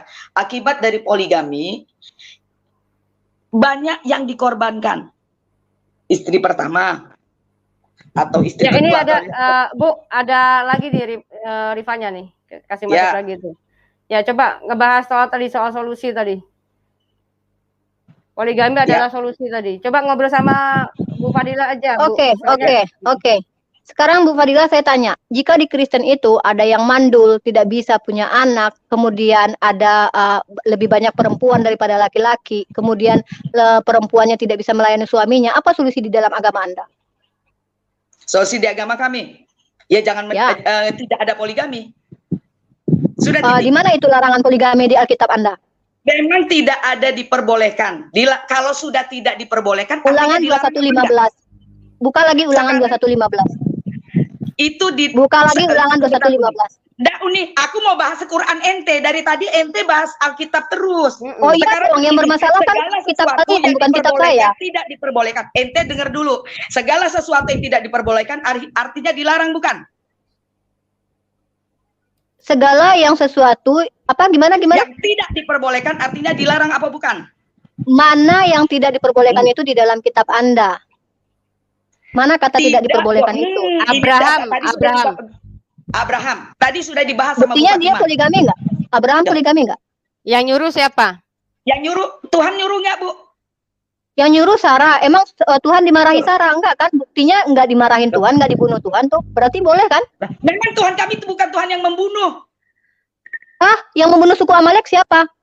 Loh, yang turun di 2 Tesalonika 2:8 itu siapa? Uni, sebentar. Yang membunuh suku Amalek siapa? Uni dari tadi saya bilang ya, Uni membaca Alkitab tuh jangan kayak baca Al-Quran dibaca saja. Nggak bisa kayak begitu, Uni. Emang sekarang, ada kaidah apa membaca kitab Anda? Kaidah apa? Kaidah apa membaca kitab Anda? Sepotong. Itu satu. Iya, apa kaidahnya? Al-Quran Anda mau nggak? Sekarang saya mau bahas Al-Quran Anda mau nggak? Saya juga mau membahas kitab poligami. Tentang poligami tunjukkan di mana larangannya. Anda bahas kitab kami. Sebentar. Oh, lari-lari ya. Lari-lari ya. Lari-lari nih Fadila nih. Fadila lari-lari. Mana larangan di dalam perjanjian mana di kitab Anda larangan? Bu Fatimah. Sebentar. Tadi sudah dijelaskan Bu Fatimah. Dah. Jadi sebentar Bu. Sebentar dulu ya. Saya bilang gini. Tadi kan sudah cukup puas nih ya membahas Alkitab ya. Nah, membahas Al-Qur'an ini baru aja mau lari ke soal sholawat. Nah, ini dia sudah mulai nggak mau gitu kan. Nah, makanya kalau misalnya ngebahas tentang Arab, jangan bilang nggak mau. Saya mau mengklarifikasi dulu Fadila Hafiz masuk bahwa dia bilang bahwa saya tidak mengatakan tidak ada Allah itu yang awal dan yang akhir. Padahal bukan itu yang saya bilang. Yang saya bilang tidak ada Melkisedek di dalam kitab saya. Dia nyelonong boy tiba-tiba buat statement. Saya mau dia klarifikasi dulu. Jadi jangan orang yang nggak sopan tiba-tiba harus dilayanin diskusi enak aja. Oke, Loh, oke. gini Uni, sebentar Gini, Bu Fatimah. Saya tadi kan udah bilang, nanti Uni review lagi videonya yang lengkap dari Bu Fatimah. Itu satu. Kalau memang tidak ada Uni ngomong begitu, saya udah bilang, saya minta maaf. Kan begitu. Udah selesai tadi sudah ngomong. Nah, sekarang kita bahas. Dari tadi Bu Fatimah sama Uni bahas Alkitab. Udah selesai dong. Sekarang bahas masalah Al-Quran. Kenapa Bu Fatimah masukkan saya? Karena tadi kan Bu Fatimah tidak mengerti bahasa Arab, makanya saya membantu. Bu Fatimah dusta, dia bilang cuman saya dan dia. Saya minta masukin teman, dia nggak izinin. Dia cuman maunya sama saya berdua. Tiba-tiba kan, dia bawa minta bantuan. Bilang aja udah bawa bendera putih. Bilang aja kalah udah Fatimah. Udah. Ente juga nggak bawa Umi Dini, ayo. Apa urusannya sama saya? Berarti saya lebih hebat dong. Saya lebih gentle. Saya lebih gentle. Nggak bisa. Bu Fatimah dia mengakui tidak saya bisa. Nggak butuh teman. Saya nggak butuh teman, nggak kayak Fatimah butuh teman. Sebentar, tenang semua, tenang semua, tenang sebentar. Biar saya ngomong nih, kok jadi kayak ribut banget ya. Dari awal saya akan memakai saudara Rudi Yohanes ya kan, Rudi Yohanes yang menyampaikan bahwa Bu Rifa ini menantang saya, kan gitu. Nah, terus saya sanggupi, lalu saya meminta sama beliau untuk sampaikan supaya sama Umi Dini gitu kan. Nah, tetapi saya nggak tahu, ternyata udah saya buat thumbnail segala macam, ternyata Umi Dininya tidak ada. Padahal kemarin pada saat pesan saya disampaikan kepada melalui Pak Rudi, beliau bilang katanya insya Allah Bu Rifanya. Nah, saya pikir kalau namanya insya Allah berarti dalam arti di sini setuju begitu kan. Tetapi saya sudah terlanjur manggil Bu Fadilah supaya kita sama-sama berdua. Tetapi ternyata Bu siapa namanya? Ya udah, saya punya teman itu dibawa masukin. Kenapa? Apa bedanya laki-laki dan perempuan? Kalian kok rasis? Laki-laki nggak boleh masuk? Itu ada teman saya. Kenapa Bu? Kita soal wanita, Bu. Kita mau ngebahas soal wanita. Uni begini, masalahnya tadi. Jadi kayak gini ya. Sebentar. Saya ngomong dulu sebentar. Anda tuh masuk aja udah nggak sopan. Anda memfitnah saya, mengatakan, kenapa nggak ada? Jadi saya nggak mau berdiskusi dengan orang yang nggak jelas. Kalau memang Anda, oke. Kalau saya tanya sama Anda, coba saya tanya kepada Anda, jelaskan kepada saya semua.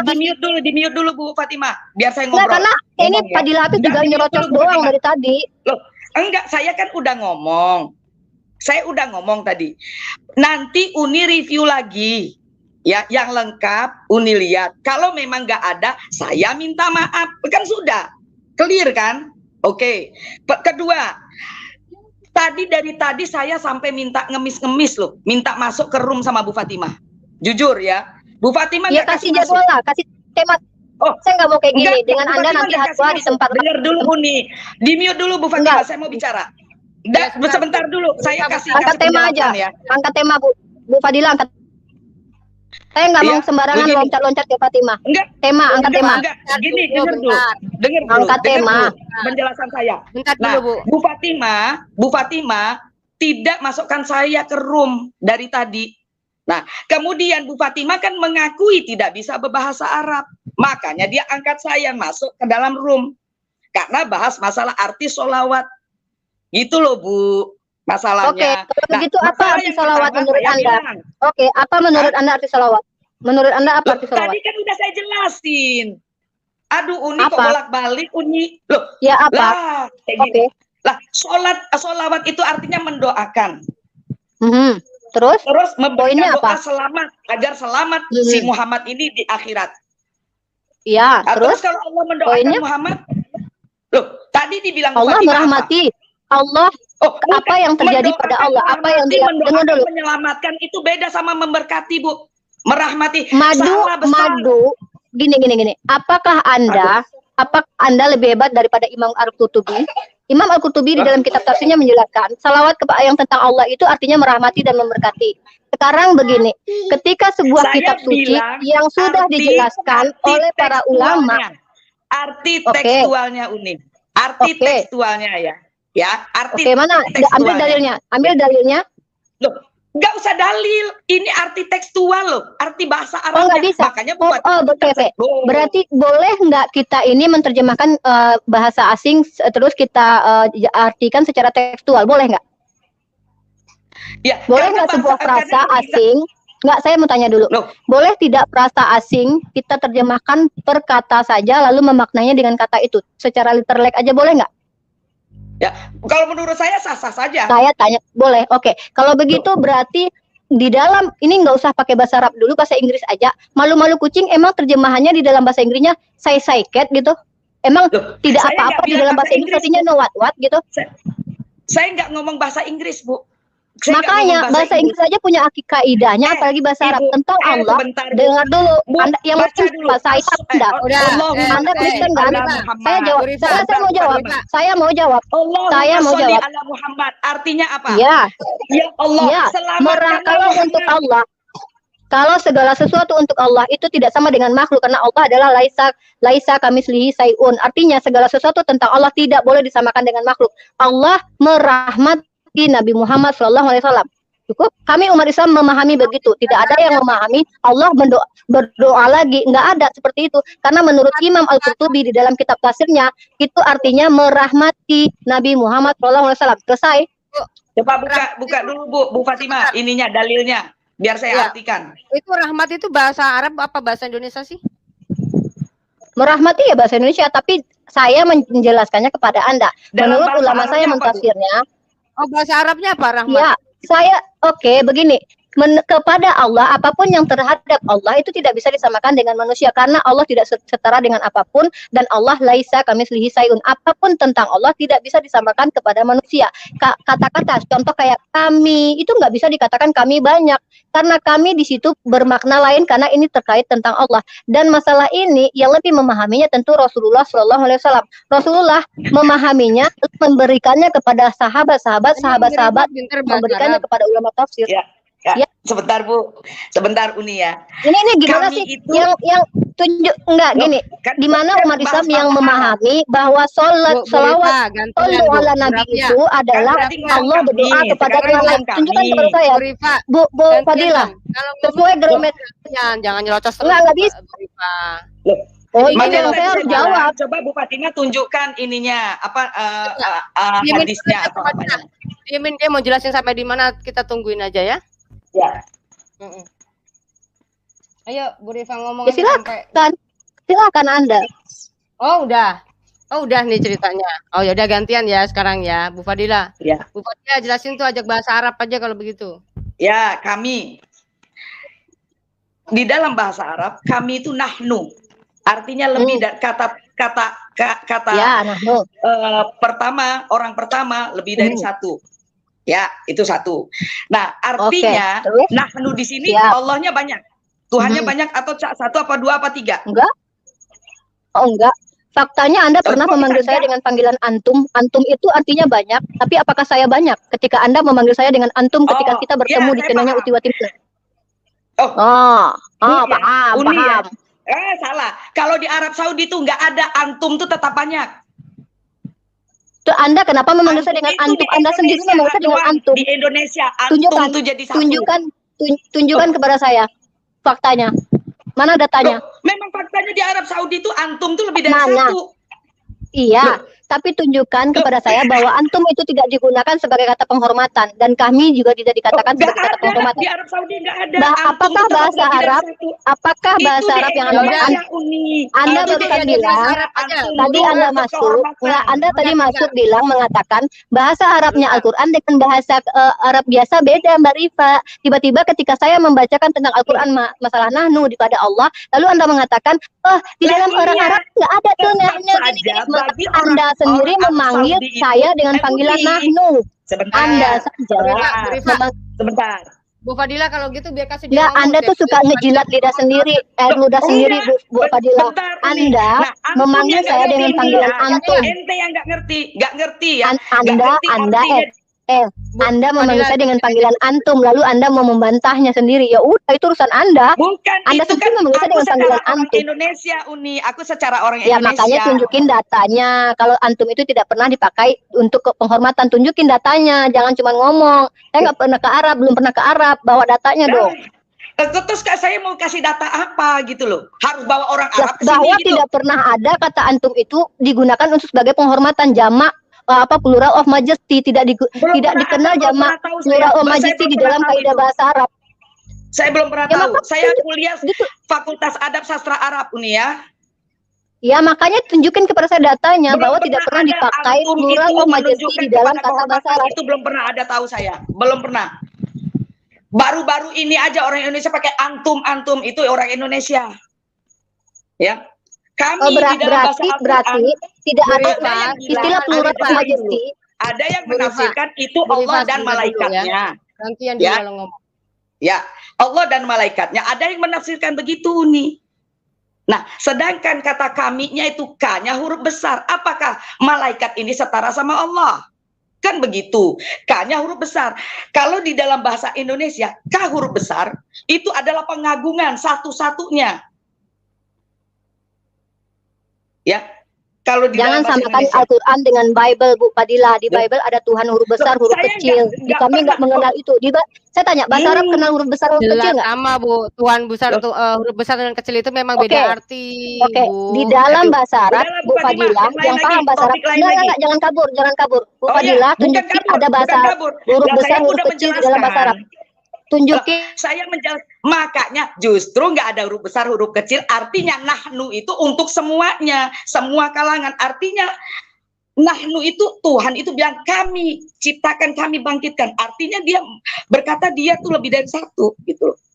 Allah dengan segala kekuasaannya. Karena ketika Allah menurunkan Al-Quran, dia nggak turun sendiri terus mati di tiang salib, karena dia mengutus malaikatnya. Maka kami yang dimaksud oleh Allah adalah Allah dengan segala kekuasaannya. Kuasanya apa? Mengutus malaikat. Dan dia menjaga Al-Quran, kami yang menjaganya. Dan menjaganya bukan cuma malaikat yang turun ke bawah, tapi melalui para hafiz-hafiz Al-Quran yang menjaga di dalam hati. Maka itulah yang dimaksud dengan kami. Benar, terjaga Al-Quran. Benar. Coba tunjukin mana Al-Quran yang tidak terjaga. Benar, terjaga. Benar, ayo kita kok. Oke, adil ya, angkat tema. Kitab mana yang lebih bisa dipercaya? Bu Fadila Hafiz, dengan saya kasih waktu, saya akan tunjukin bahwa kitab kalian dikorup. Oke? Dan Bu Fadila akan menunjukkan kepada saya Al-Quran telah dikorup. Adil. Al-Quran itu lari ke jauh dikorup, Bu Rifa. Oh, nggak bisa. Siapa yang bilang Al-Quran dikorup? Ente sendiri ngomong. Kan Anda nanya tadi, berarti Al-Quran nggak dikorup. Saya nggak berarti ngomong Bible dikorup. Ayo, tunjukin sama saya di mana Al-Quran itu tidak terjaga. Al-Quran dikorup, siapa yang ngomong? Ente sendiri ngomong. Enggak, saya bilang Bible kalian dikorup dan Al-Quran tidak pernah dikorup. Saya bisa buktikan itu.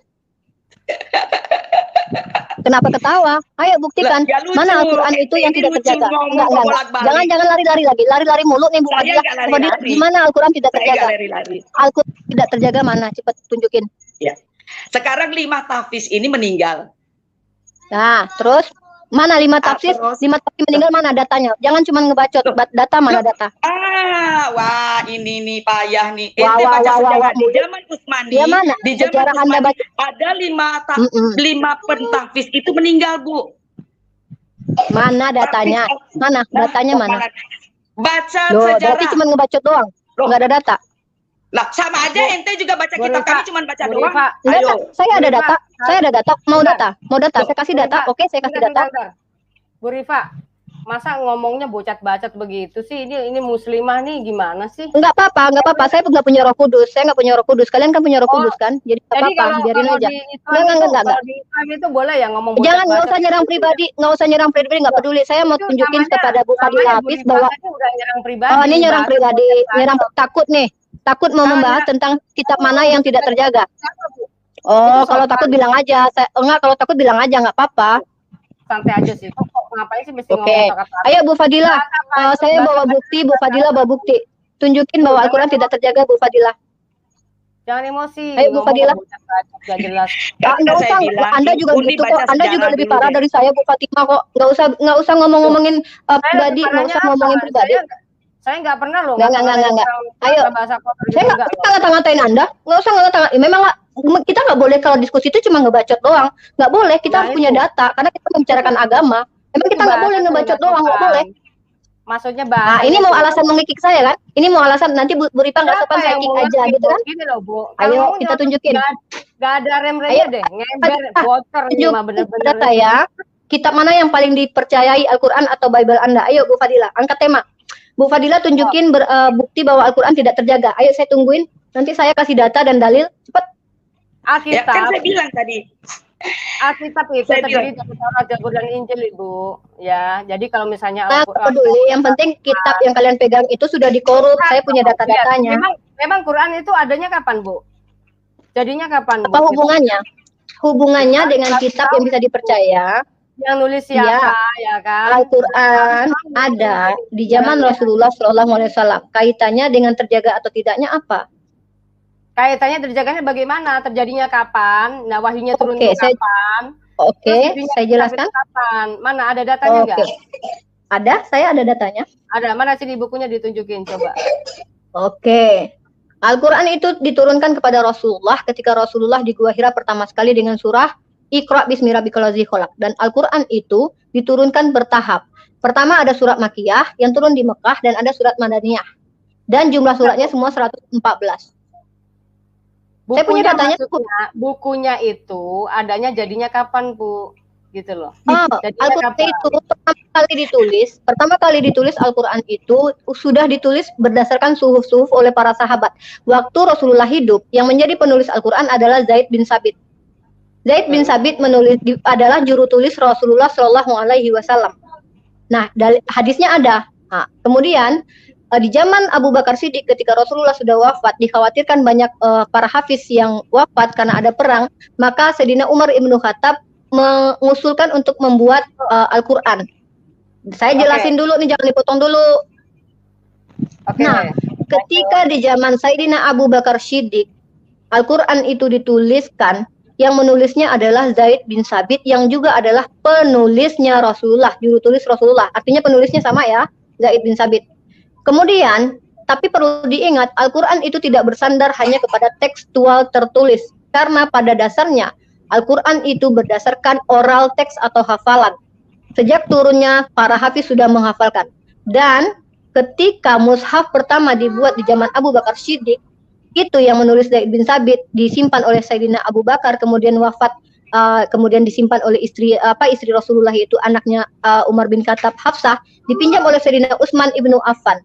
Setelah dipinjam Sayyidina Utsman ibnu Affan, dituliskanlah dengan berdasarkan wahyunya itu turun dengan bahasa Quraisy. Yang menulisnya tetap sama, Zaid bin Sabit, dan salah satunya disaksikan oleh anaknya Sayyidina Abu Bakar Siddiq. Dan Al-Quran ini terbukti yang pertama, dia berdasarkan hafalan. Dan kalaupun Al-Quran dibakar saat ini di seluruh dunia, itu pasti tidak akan pernah hilang. Karena banyak, udah ribuan orang yang menghafalnya. Yang kedua, Al-Quran juga memiliki manuskripnya yang menurut karbonnya yang ada di Birmingham, itu berdasarkan abad pertama. Bible tidak ada abad pertama. Manuskrip awal tidak ada abad pertama. Kemudian selesai dulu. Periwayatannya jelas, artinya pemahaman tentang sebuah ayat itu diriwayatkan oleh perawi-perawi melalui hadis. Dan perawinya pun sanadnya jelas. Sanadnya ini dan disebut dengan hadis. Hadis ini pun harus dipilih mana yang benar kuat, maka itu yang disebut dengan syahih. Kemudian cara qiraah. Tunggu dulu. Ada qiraah itu pun harus bersanad.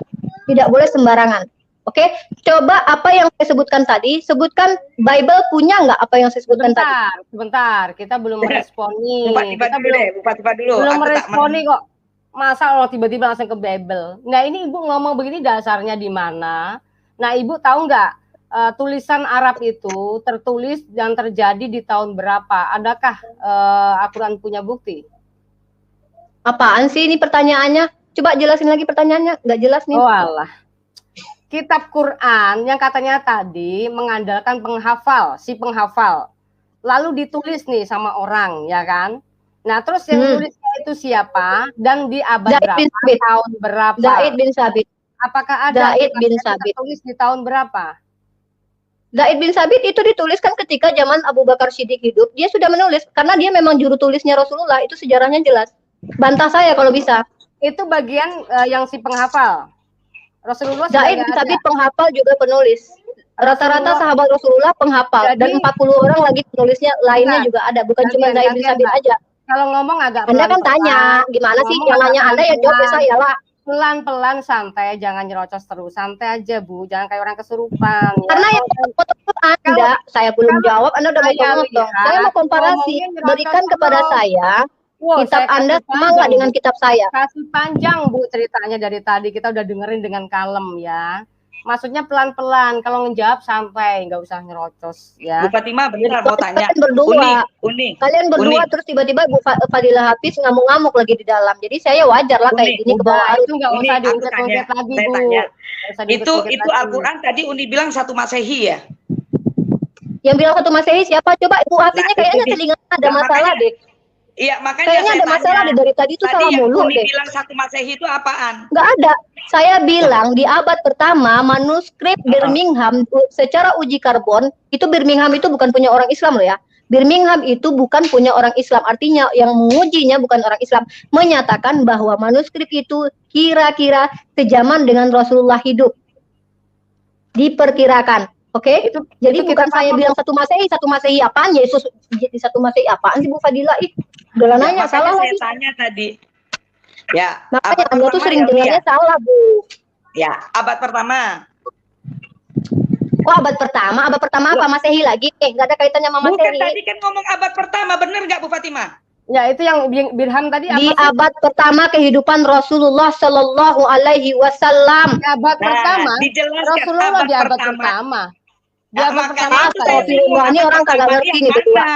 Maksud saya di abad kehidupan Rasulullah itu ada antara umur beliau hijrah dengan 100 tahun ke depan rentannya. Maksudnya begitu abad pertama, bukan di abad Masehi. Apaan sih ini orang dua-dua udahlah salah. Bukan, lah ente tadi jelasinnya salah kok. Bilangnya di abad pertama ya, kita kan nggak tahu abad pertama saya bicara tentang apa? Saya bicara tentang Yesus, saya bicara tentang Bible, saya bicara tentang Nabi saya dan kitab saya. Artinya ya terkait ente tadi bilang di abad pertama, makanya itu saya tanya abad pertama. Lah kan di abad kehidupan Rasulullah.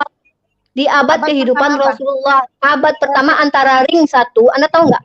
Antara sumbernya yaitu Rasulullah itu sudah ditemukan manuskripnya yang di Birmingham itu yang uji karbonnya justru 500-an sampai 645. 645 maksimal uji karbon. Sementara 644 ya sebentar. Maksudnya yang saya tangkap ini, maksudnya kitabnya Rasulullah Al-Qur'an ini sudah ada di abad pertama apa bagaimana? Nggak ada, gini maksud saya ya, manuskrip yang Birmingham itu ada di abadnya Rasulullah, bukan abad pertama itu durasi 100 tahun kehidupan Rasulullah dari Rasulullah hidup. Gini aja Bu, supaya jelas. Hijriah bukan abad pertamanya Yesus. Emang saya bicara tentang Bible. Hijrah, bukan Masehi. Saya kan nggak bicara tentang Bible, gimana sih? Ya bilang ini abad pertama Hijriah kan gitu jelas. Jadi bisa orang bicara tentang Nabi Muhammad itu orang sudah merujuk kepada Nabi Muhammad itu di abad pertama kehidupan Rasulullah karena orang semua tahu bahwa Rasulullah itu bukan hidup di abad pertama. Anda aja nggak paham. Siapa tahu kan bisa abad pertama sebelum Masehi apa sesudah Masehi. Kan belum ada Nabi Muhammad, gimana sih? Lah iya makanya kita kan nanya begitu Bu, santai aja nggak usah marah-marah ya kan. Nah, tapi saya kayak ngajarin anak TK. Yang kita tanyakan begini Bu, kira-kira apakah Al-Quran itu memiliki kitab yang bisa dikatakan manuskrip yang asli gitu ya? Terus itu tertulis di abad berapa? Di abad berapa? Yang nulis itu siapa begitu Bu? Apakah kan sudah saya jelasin? Anda nggak dengar saya jelasin tadi? Yang penulisnya adalah Zaid bin Sabit, oke? Kemudian yang manuskrip yang ditemukan yang di Birmingham itu yang penelitinya adalah bukan orang Islam menyatakan uji karbonnya itu dari tahun sebelum kenabian maksimalnya ya antara penulisan kitab itu sampai ke 645 tahun, yaitu di mana pada zaman itu Utsman sudah menjabat sebagai khalifah. Artinya manuskrip ini ditentukan 99% oleh orang-orang yang mengujinya itu ditulis di zaman Rasulullah. Tunjukkan kepada saya di abad pertama kehidupan Yesus ada manuskrip kalian. Oh, mana? 99%. Jadi nggak 100%. Oh iya gitu dong, ya? menurut 90 berapa persen, pokoknya 90 ke atas persen menurut penguji Birmingham. Silakan cek aja. Di Google itu ada. Bisa saya Birmingham ini siapa? Orang mana? Birmingham ini orang mana? Anda cek di Google, masa saya harus jelasin semua sih Mbak Fatimah? Ya, kan kita kan diskusi di sini sekalian. Birmingham ini orang mana? Saya nggak bisa kasih data karena saya nggak bisa share screen. Saya nggak pakai laptop. Saya susah mau share screen. Anda cek di Google. Saya pikir kalau ibu kan tinggal ngomong dia orang Amerika. Anda klik. Kalau Anda saya klik klik, itu, kita diskusinya nih nyambung lagi iya, nanti. iya, klik Maksudnya, Birmingham, manuskrip Birmingham. Ibu bisa nyebut Binirham ini maksudnya tuh dapat informasi dari mana begitu loh? Ya dari kalangan intelektual lah, masa dari Anda? Emang Anda Dari intelektual? Google ya? Dari Google ya, Bu? Lah, terus kalau dari Google emang informasi saya tanya dari Google ya, Bu. Langsung iya, jawab aja iya gitu. Nggak usah lebar-lebar jawabnya gitu betul. loh. Iya betul. Kenapa? Untung ada Google ya. Kalau nggak ada Google nggak repot dong, banget. untung ada Google. Ya, ada Google. Emang kenapa? Oke, untung ada Google. Kalau begitu bisa ditunjukkan ya, Bu ya. Itu di abad berapa? Ada jadinya tuh di tahun berapa? Abad apa sih? Kan saya sudah jelaskan tadi. Silakan Anda klik. Kita hitungannya hitung Masehi aja deh, Bu. Kok hitungan Masehi? Muhammad udah lahir di Masehi, ini apaan sih? Oh ya udah. Kalau begitu di abad Hijrah aja deh kalau begitu. Itu terjadinya setelah selisihnya setelah Muhammad mati. Anda udah mabuk ya? Anda kalau ngantuk udah selesai. Nggak apa-apa. Santai aja, Bu, santai aja. Itu jadinya, itu jaraknya. Sebentar, kita nanya belum selesai nyerocos, terus ampun deh nih. Perempuan ya, bisa nggak jelas. Ngomong apa saya sih tanya ya, jadinya itu setelah Muhammad itu berjarak berapa lama Quran itu jadi? Ya Allah, sejak Rasulullah hidup, beliau sudah memerintahkan Zaid bin Sabit untuk menjadi penulis wahyu, oke? Tapi kenapa belum jadi buku? Karena memang Rasulullah sebelum wafat baru wahyu terakhir ada, makanya belum dibukukan. Di zaman Abu Bakar Siddiq, yaitu kurang lebih cuman menjadi khalifah selama 2 tahun, itu ada. Nah, ditulis oleh Zaid bin Sabit. Kemudian di zaman Utsmani dituliskan lagi oleh orang yang sama, yaitu Zaid bin Sabit. Maka saya sekarang sudah menjawabnya. Terserah kalian nggak percaya, tunjukkan kepada saya. Jadi awal kalian, penulis kitab kalian, nggak bisa gini dong. Quran itu kan tadi kan katanya sudah jadi di abad pertama ya. Saya mau tanya ini, apakah Al-Quran yang ditulis itu menceritakan tentang bangsa Israel? Ini apa sih menceritakan apa kaitannya? Kita pengen meneliti. Nabi Muhammad masalahnya gini loh. Seluruh manusia. Kalau Anda bertanya, adakah Bani Israel diceritakan? Ya ada lah di dalam surah Al-Baqarah. Nah, yang jadi masalah, kenapa ceritanya bertentangan, Bu? Pertanyaan Anda dengan keterjagaan Al-Quran itu apa hubungannya? Masalahnya kita menyelidikin ya kitabnya Al-Quran itu. Kenapa kok kisah sejarah bangsa Israel yang nyatet Muhammad? Sedangkan kita tahu umat Islam kan membenci bangsa Israel. Di mana kami membenci Bani Israel? Bahkan ketika kami tasawuf akhir pun kami diperintahkan bersalawat untuk Nabi Muhammad dan Ibrahim dan keturunannya. Dan keturunannya siapa? Nah, Yakub. Jadi kan nabi-nabi yang diklaim. Justru itu nabi-nabi yang diklaim. Tapi kenapa kalian tuh nggak usah lari dulu, nggak usah kabur dulu. Apa kaitannya? Membenci orang Nasrani dan orang Yahudi, itu yang jadi masalah. Di mana kami membenci? Ayo tunjukin dalilnya di mana kami membenci. Masalahnya ayatnya mengatakan seperti itu, Bu. Ayatnya mengatakan begini, sesungguhnya Bani Israel dan juga orang-orang Nasrani tidak akan senang kepada kamu sampai kamu masuk ke agamanya, gitu ya, Quran kamu kan.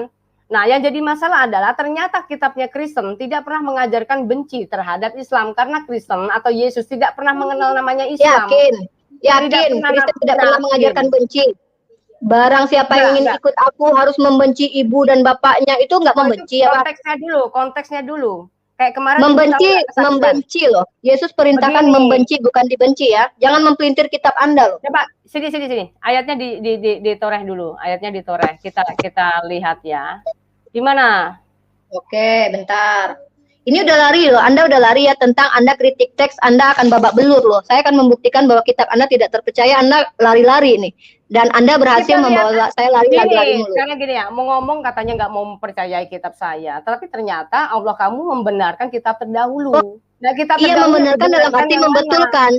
Membetulkan dan mengatakan benar. Ukurnya mana? Tolak ukurnya mana? Al-Quran. Quran itu sedang membenarkan kitab terdahulu, Bu. Nah, kalau membenarkan menyatakan benar apa maksudnya? Ayo, menurut Anda apa benar? Harus ada kitabnya. Kitabnya mana? Apaan sih? Apaan sih nih? Apa sih, Fatimah nggak jelas?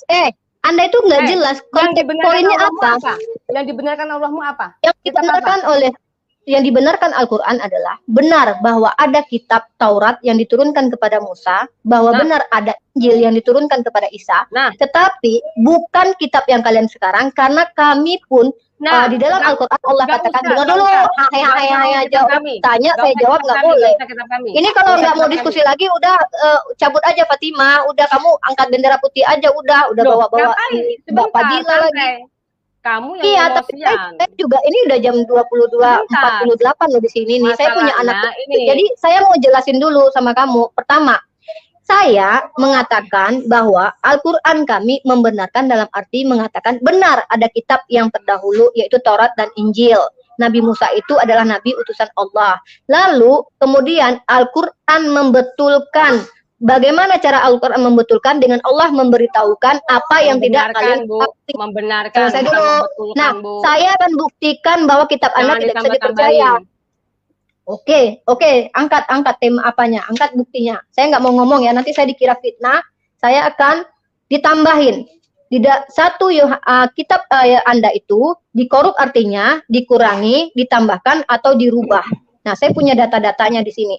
Di dalam menurut William Barclay yang adalah seorang seorang teolog. Baca Qurannya. Aduh. Ini saya menjadi musuh Jibril, maka ketahuilah bahwa dialah yang telah menurunkan Al-Quran ke dalam hatimu dengan izin Allah, membenarkan apa kitab-kitab yang terdahulu dan menjadi petunjuk serta berita gembira bagi orang-orang beriman. Nah, kitab-kitab yang terdahulu ini apa yang dibenarkan, Bu? Kitab Injil yang turun kepada Nabi Isa, kitab Taurat yang turun kepada Nabi Musa. Terus apa kaitannya dengan kitabnya mana? Ya, kalau kitabnya ada ngapain Al-Quran turun? Loh, saya tanya, ini kitabnya mana harus dibenarkan kok? Iya, memang dibenarkan. Kalau itu mana loh batu? Mana loh batu yang diturunkan kepada Musa? Ayo, mana tunjukin kepada saya. Artinya mana loh batu? Kalau ditanya bukan Matius, Lukas. Gini, bukan Matius, Lukas yang ditulis berdasarkan penyelidikan. Kitabnya mana? Kalau ada ngapain Al-Quran turun? Jangan kalau ada ngapain Al-Quran turun? Ini dibenarkan itu gini, Anda salah paham, Anda nggak ngerti. Dibenarkan maksudnya adalah benar bahwa ada kitab yang turun bernama Taurat dan Injil yang bernama Taurat. Dibenarkan, makanya ada. Mengakui bahwa. Nah, sebentar, kan masalah tadi kan masalah menjaga keabsahan Al-Quran, itu ya Unia. Nah, saya ada data, ya, ini ya, saya bacakan. Hampir 15 abad Al-Quran tidak pernah dirubah dan direvisi, baik oleh ulama mutaqaddimin maupun ulama mutaakhirin. Tapi pada tepat tanggal 25 sampai 27 September 2018, baru berapa 3 tahun yang lalu, lembaga Lajnah Pentasih Mushaf Al-Quran melaksanakan mukernas. Dan hasil musyawarah tersebut menghasilkan sebuah keputusan ulama Al-Quran Indonesia akan mengubah kata dalam Al-Quran sebanyak 186. Mereka menganggap bahwa kata tersebut perlu disesuaikan kembali karena ada beberapa kata yang penulisannya perlu ditambah atau dikurangi seperti penulisan huruf alif dan sebagainya. Artinya terjaga enggak? Nah, ada itu aja. Mana datanya? Tolong tunjukin datanya. Loh, ada. Anda baca aja di Kompasiana. Nanti ada semua. Kompasiana ya. Saya juga pakai Google, boleh dong. Enggak, kalau saya bawa data, bawa dalil. Enggak, kalau saya bawa dalil ini dari kitab kalian. Ya, mana? Mana dia yang mana Bu Fadila? Ayat yang dirubah, yang diganti itu mana Mbak Fadila? Lah, saya bukan masalah itu. Masalahnya ini kan ayat yang dirubah yang mana? Yang penting kan ada datanya. Iya, mana dalilnya, mana yang dirubah itu mana? Yang dirubah mana Mbak? Yang berbeda dari mana? Jangan lari-lari dong, Pak Fatimah. Anda ini enggak Anda kalian ini udahlah berdua keroyokan. Saya mau bertanya secara poin, mana dia? Saya sudah memberikan jawaban. Yang dirubah mana? Yang dirubah mana? Al-Quran pernah direvisi oleh Kementerian Agama sendiri. Lembaga Lajnah Pentasih Mushaf Al-Quran. Mana dia? Ya mana ayatnya? Ini baca, Yang makanya direvisi mana? ente pakai Google, aku juga pakai Google, boleh dong, bener nggak Iya, Fatimah? boleh, Oke. boleh. Iya boleh. Nah, Ayat mana yang dirubah? Rifa, Ayat mana yang dirubah? Rifa, sebentar. Ya, Bu Fatimah, Ini ya, mulutnya yo, bener-bener. aku udah jawab Bu Fatimah. Yo, silakan. Ayatnya mana yang dirubah, mana ayatnya? Rifa ini mulutnya udah kayak orang bener-bener ember Loh, bocor. kok tanya bener. ayatnya? Aduh. Yang penting ini di sini. Aku belum bukan baca ayatnya, Uni. Ini bukan Loh, masalah katanya ayat. dirubah. Masalah ayat, masalah Loh, dalil. yang dirubah katanya bukan enggak, ayat katanya ayat yang mana. yang dirubah ayatnya. Terbukti. Jadi yang dirubah Loh. apa? Enggak, yang dirubah apa Dengerin sekarang? ya. Yang dirubah apa? 186 kata Yang dalam dirubah apa? Al-Quran. Kata, bukan ayat. Yang Uni. dirubah Aku udah mana? ngomong kata dalam Al-Quran. Yang dirubahnya mana? 186 Mana? kata. Loh. Mana? Wah, kayak susah Aduh, Bu Fatimah orang kayak gini. Nggak paham dia. Fatimah ini bentar lagi mau ngetik saya ini, dia mute saya terus nih. Ini masalahnya kamu dari tadi ngomong masalah Quran ini Ya dibikin iya gini. dong, kalian kan bicara Al-Quran, saya minta bukti dong. Mana buktinya? Pakai data nggak tadi? Pakai bukti nggak Ya, tadi? punya, saya mau share screen tapi nggak bisa. Silakan saya Ya, kasih share saya screen. datanya Saya dari kasih data. Republika, Kompas yang Bukan Republika. Saya mau kasih data. Saya nggak Ya, bisa nggak share apa-apa, screen. nggak masalah. Juga saya pakai HP soalnya Nggak Uni. masalah.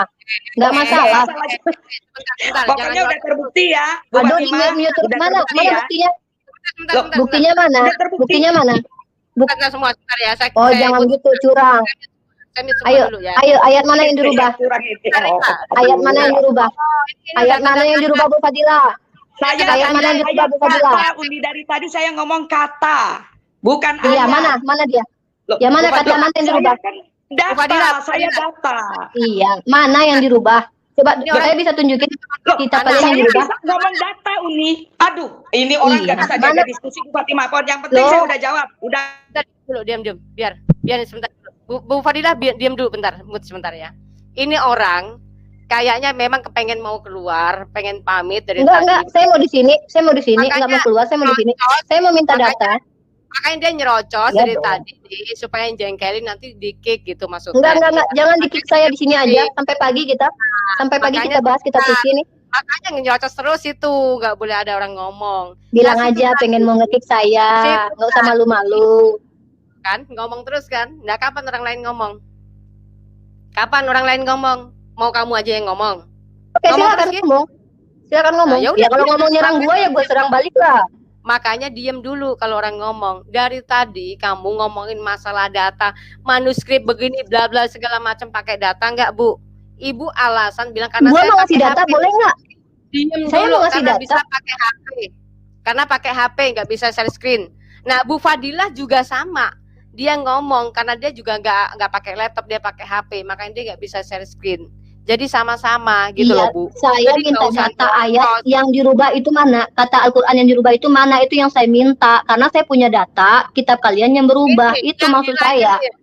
ini loh yang di layar ini kamu ibu coba baca dulu ya. Dia menurunkan kitab Al-Quran kepadamu Muhammad yang mengandung kebenaran membenarkan kitab-kitab sebelumnya. Ini kalau loncat-loncat mulu sih Fatimah dari tadi ya. Masalahnya dari tadi ini belum Enggak, saya mau ke teks Al-Quran aja. Saya nggak mau, saya mau kitab siapa yang bisa dipercaya. Saya bisa mau, Ini saya mau nunjukin dipercaya dong kitab. Ini Quranmu Kitab bisa Al-Quran? dipercaya nggak? Bisa dong, karena kan sudah saya tunjukin tadi. Al-Quran bisa dihafal dan dia Bisa itu punya dipercaya. sanad. Ini Ya, bisa dipercaya dong. ya? Oh, oke. Bisa dong. Ini bacanya gimana nih? Mengandung kebenaran membenarkan kitab-kitab sebelumnya dan menurunkan Terus Taurat dan kaitannya apa? kitab Iya. mana? Lah, Kitabnya kalau mana? ada kitab Taurat dan Injilnya, kenapa harus ada Al-Quran? Karena tidak ada lah, makanya Al-Quran diturunkan. Menurut lu, Kalau kamu tidak harusnya tanya ada, sama Lukas. kalau Enggak. tidak Kamu tanya ada, sama kalau Lukas tidak dong. Kalau Terus? tidak ada, kenapa dibenarkan kitab sebelumnya? Karena memang ada kitab dahulu itu ada. Musa membawa Taurat, Daud membawa Terus Zabur, kemudian Isa membawa Injil. Terus mana kitabnya?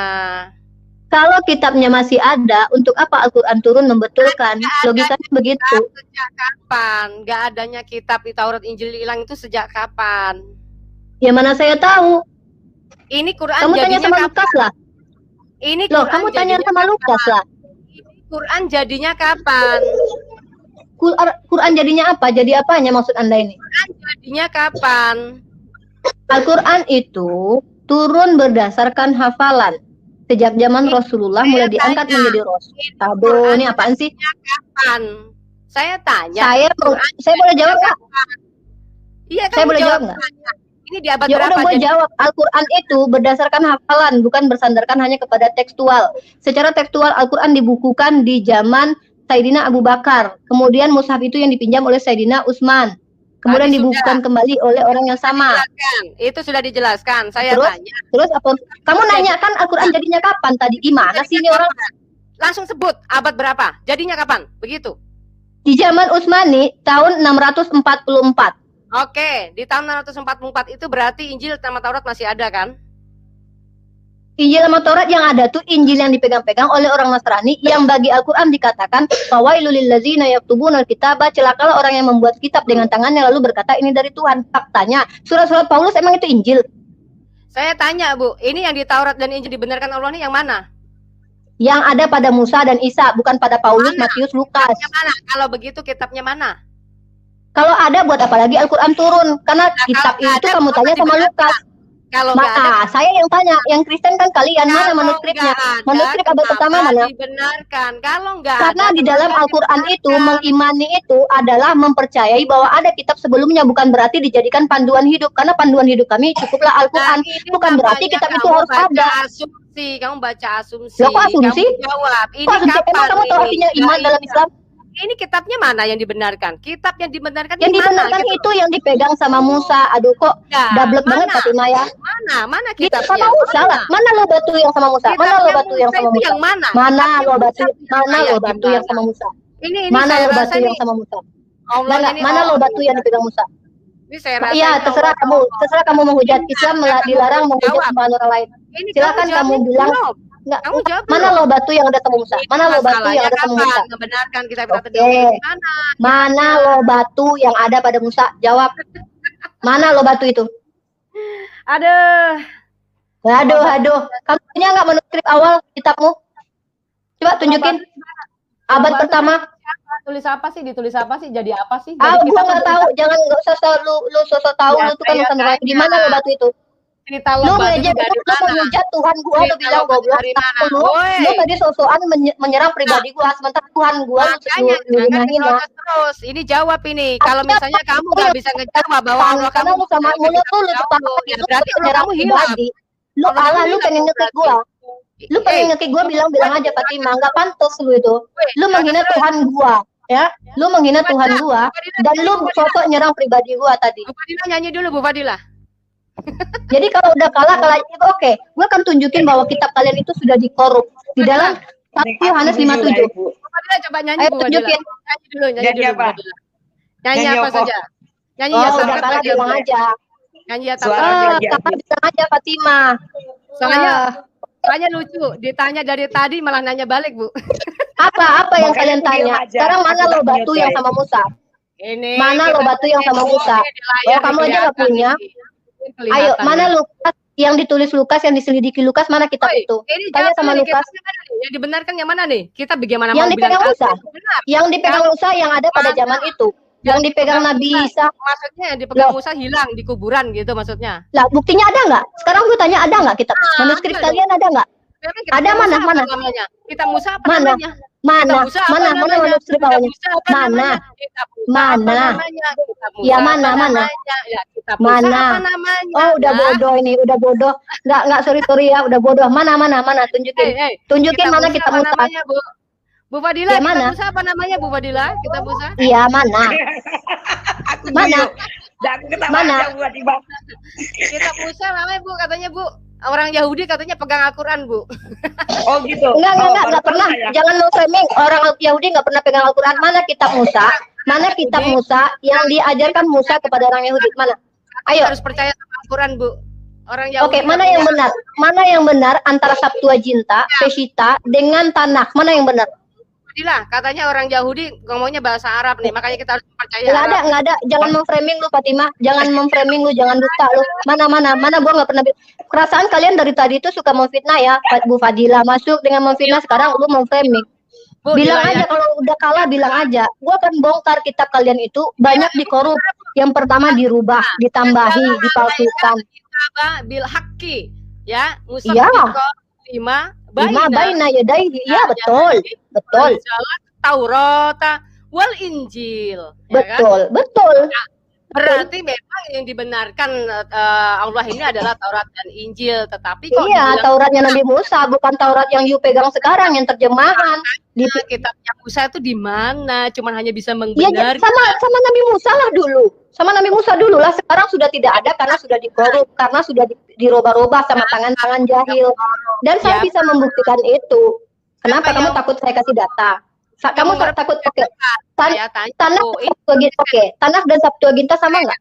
Weh, jangan nyerocos terus, Bu. Konsisten. Ini nih ceritanya. Saya kasih bukti. Saya kasih bukti. Saya kasih bukti. Saya kasih bukti. Enggak, saya kasih bukti. Kitab kamu bisa dipercaya atau enggak? Saya tanya, Septuaginta dengan Tanakh sama apa enggak? Bu Fadila, kamu tahu enggak? Aja ya. Oke. Tanakh dan Septuaginta kamu tahu enggak itu bedanya apa? Apakah itu sama? Saya tanya sekarang. Kenapa? Oh, udah KO Fatimah, ya udahlah. Aduh, bilang aja udah nyerah. Oh, udah ada, Bu. Udah selesai ngocosnya, Bu. Soalnya nggak kedengeran, nyerocos terus soalnya. Ini masalahnya di abad 7, ini Muhammad sempat membenarkan kita terdahulu. Tapi dibilang katanya hilang udah bersama dengan Musa. Terus udah dikorup. Nah, dikorupnya di abad berapa, di tahun berapa? Ini di abad 7 masih dibenarkan. Bu, yang gila siapa ya, Bu Fadilah? Aku dari tadi mute, makanya aku ketawa. Lo hilang orangnya. Loh, kabur ya dia? Ya. Iya, hilang.